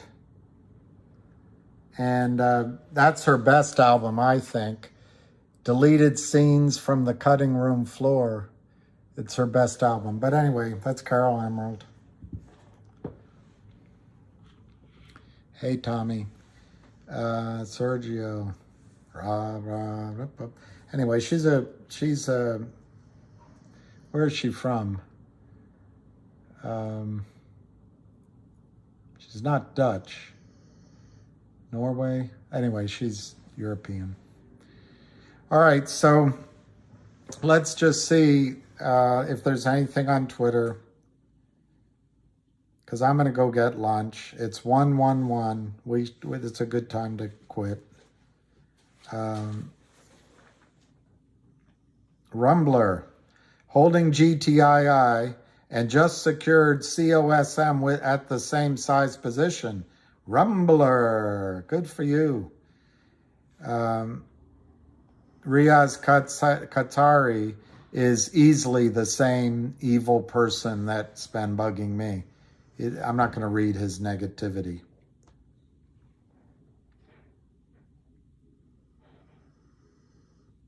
Um, 4 minutes ago, Lou.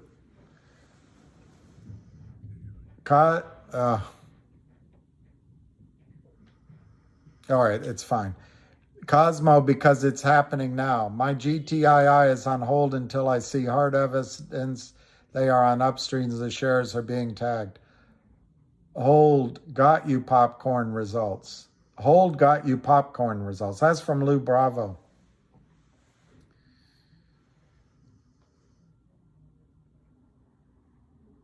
And there might be a short.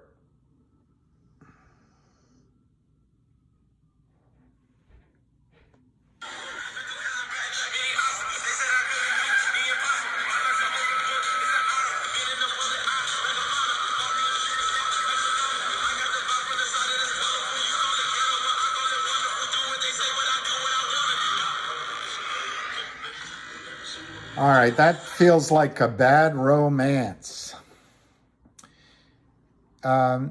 Here's the thing you can do to get unsettled ACH deposits.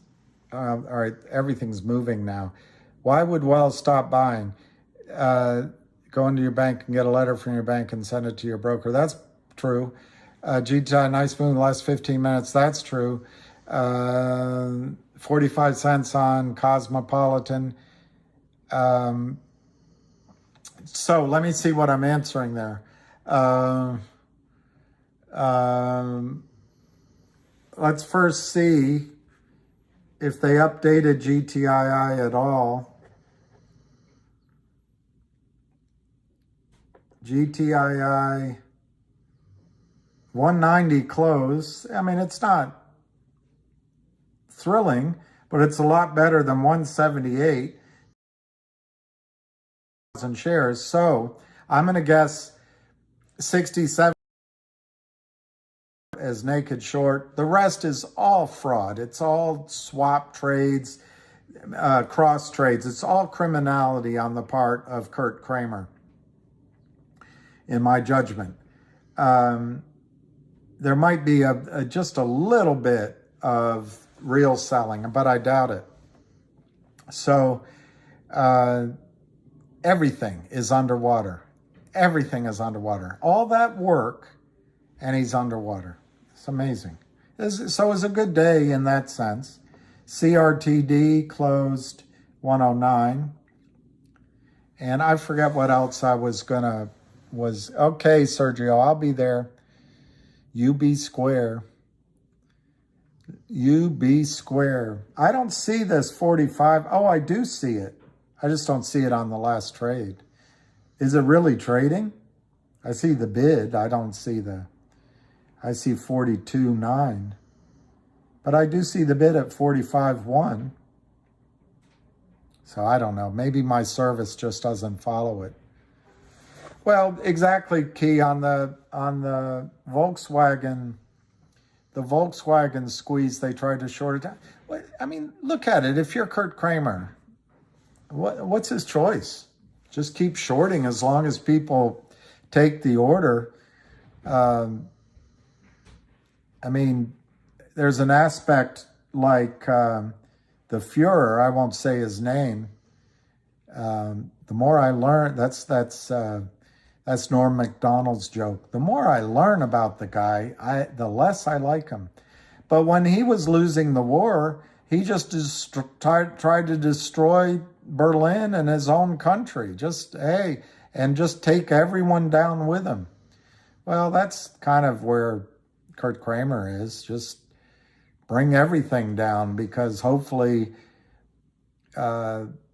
maybe there's an exit that way, but there's no exit. Cosmo following it on the trading view. Where is GTII evidence? I don't, on volleyball, do I have to answer that question? God, I sometimes feel like I'm being goaded. I mean, it might be a legitimate question, so let's help out whatever his name was.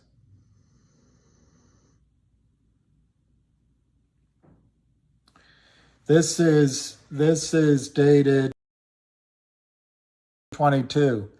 Global tech industry announces application for listing on blockchain-powered securities exchange Upstream. Literally, if you want the proof, November 18th, literally, less than 10 days ago, there's the press announcement to the world. GTII has begun the application process to list its shares on Upstream, a trading app for digital securities and NFTs powered by Horizon Fintechs and Merge, MERJ, Exchange Limited. The proposed listing on Upstream is designed to provide the company with the opportunity to access an international digital-first investor base that can trade using USDC digital currency. I don't know. I hope that gives you the proof on the Upstream listing that you were looking for. Obviously, it is a process. They have to apply. I don't think they're going to have any problem getting it approved. Upstream came to GTII by way of people close to CRTD. You can read the lines between the lines on that. Also, Upstream met with key movers in the project on GTII. There is absolutely no reason to believe that Upstream won't fast track. It says expedited anyway in the news, but won't fast track this application. Then I don't know what other things, it's all new. I don't know what other things would delay it, but you wanted proof of Upstream. What's the update on Upstream then? Seems like that's critical and could be easily addressed in a company update if they do it frequently. Well, how more frequently than 11/18? Today is the I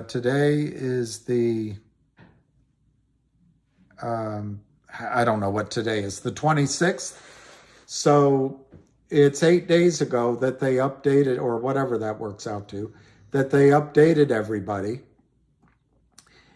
I know it's just a question, but can I bring to your attention that if you're a CEO of a publicly traded company, if you hype your stock by releasing too much information and over-releasing it, do you know you can get in trouble for that as well? When you're dealing as a public company or as a retail investor, the SEC has your pajamas as tight as they can and ironed. I don't know what analogy to use. Your belt is tight. But when you're Kurt Kramer breaking the laws, hey, it's like Bill Clinton said, let the markets police themselves. What does the government have to do with it? Gary Gensler, the firm that benefits the most from lending out shares, whether they're fake or real, is Goldman Sachs. Who does Goldman Sachs, who did Gary Gensler work for? Where does he get his bread buttered? It's highly unlikely that the SEC will overlook a company hyping a story. So I know you need to hear more, I get it. But what else can the company say than we are excited? That's what he said, we're excited. And we've made the application. What else can he say? Commenting on the listing strategy, I'm reading from the same press release less than 10 days ago. David Reichman, CEO of GTII, said, quote, "We are pursuing GTII's listing as part of a broader effort to bring value to shareholders and create an entire new liquidity stream for the global community." Unquote. Approval to be listed on Upstream is subject to approval by MERJ. However, As an existing OTCQB company, GTII may be eligible for an updated listing process. They put that out just over a week ago. It's Thanksgiving holidays. If they put that out again, someone could file a complaint with the SEC that David Reichman is pumping his stock, promoting his stock. No one goes after all the criminals that Kurt Kramer employs to stuff the boards with negativity. No one goes over that. But the SEC is serious. And so if you're a CEO running a public company, you've got to make sure you make every step correctly. So I personally think updating us on the upstream application 8 days ago is plenty of notification. And I, as a thinking human being, can fill in the blanks over the last 8 days. I don't need a further update from David Reichman on upstream until there's a material change. Then I do. But until then, this is enough for me.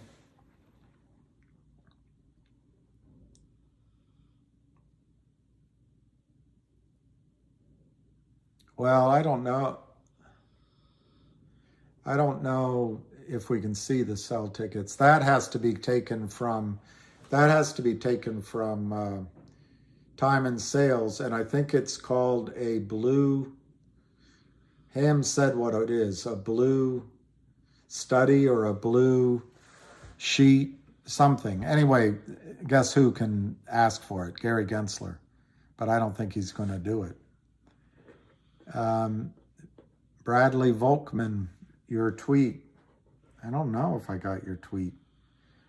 Unless it's in my DMs, which I just figured out how to use literally about half an hour ago, because Tracy was sending me something.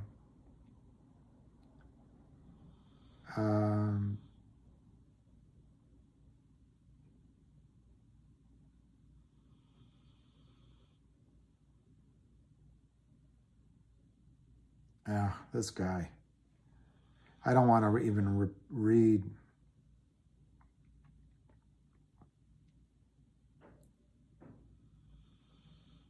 That's great. So,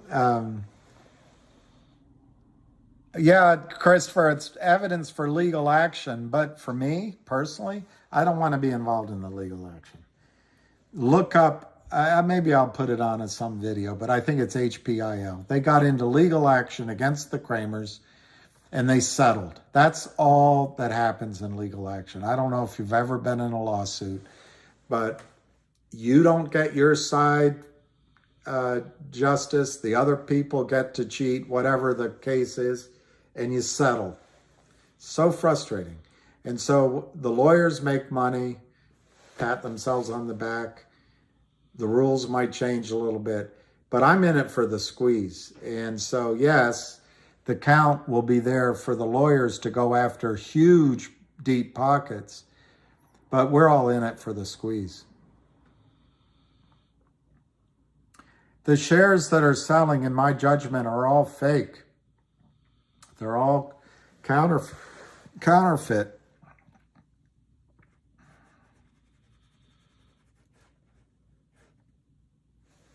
All right, I'm going to go 4 more minutes because I got to eat something, and then I'll come on in about an hour so we can listen to Ham.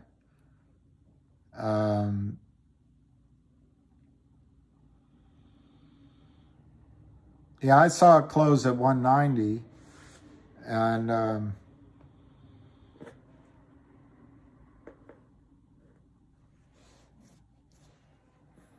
I know look, I wish it were going right away, but in some ways, all of this back and filling and correction and shaking out, weak hands to strong hands is good for the ultimate run, believe it or not.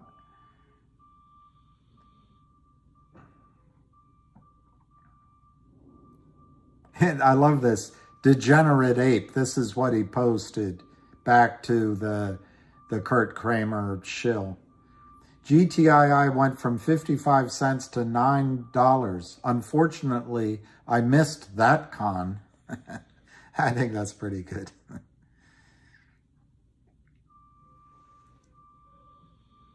Yeah, Lou sold out to the Kramers. I don't know, Miami, if that's a serious post or not. But one time when I was holding up my phone, I don't know, 2 weeks ago, this scumbag from Kurt Kramer's organization put a post saying that I got paid, and it said something like Ham won't sell out, but Lou did, and my check's ready, or something like that. It was all bogus. It was completely bogus and fraudulent. And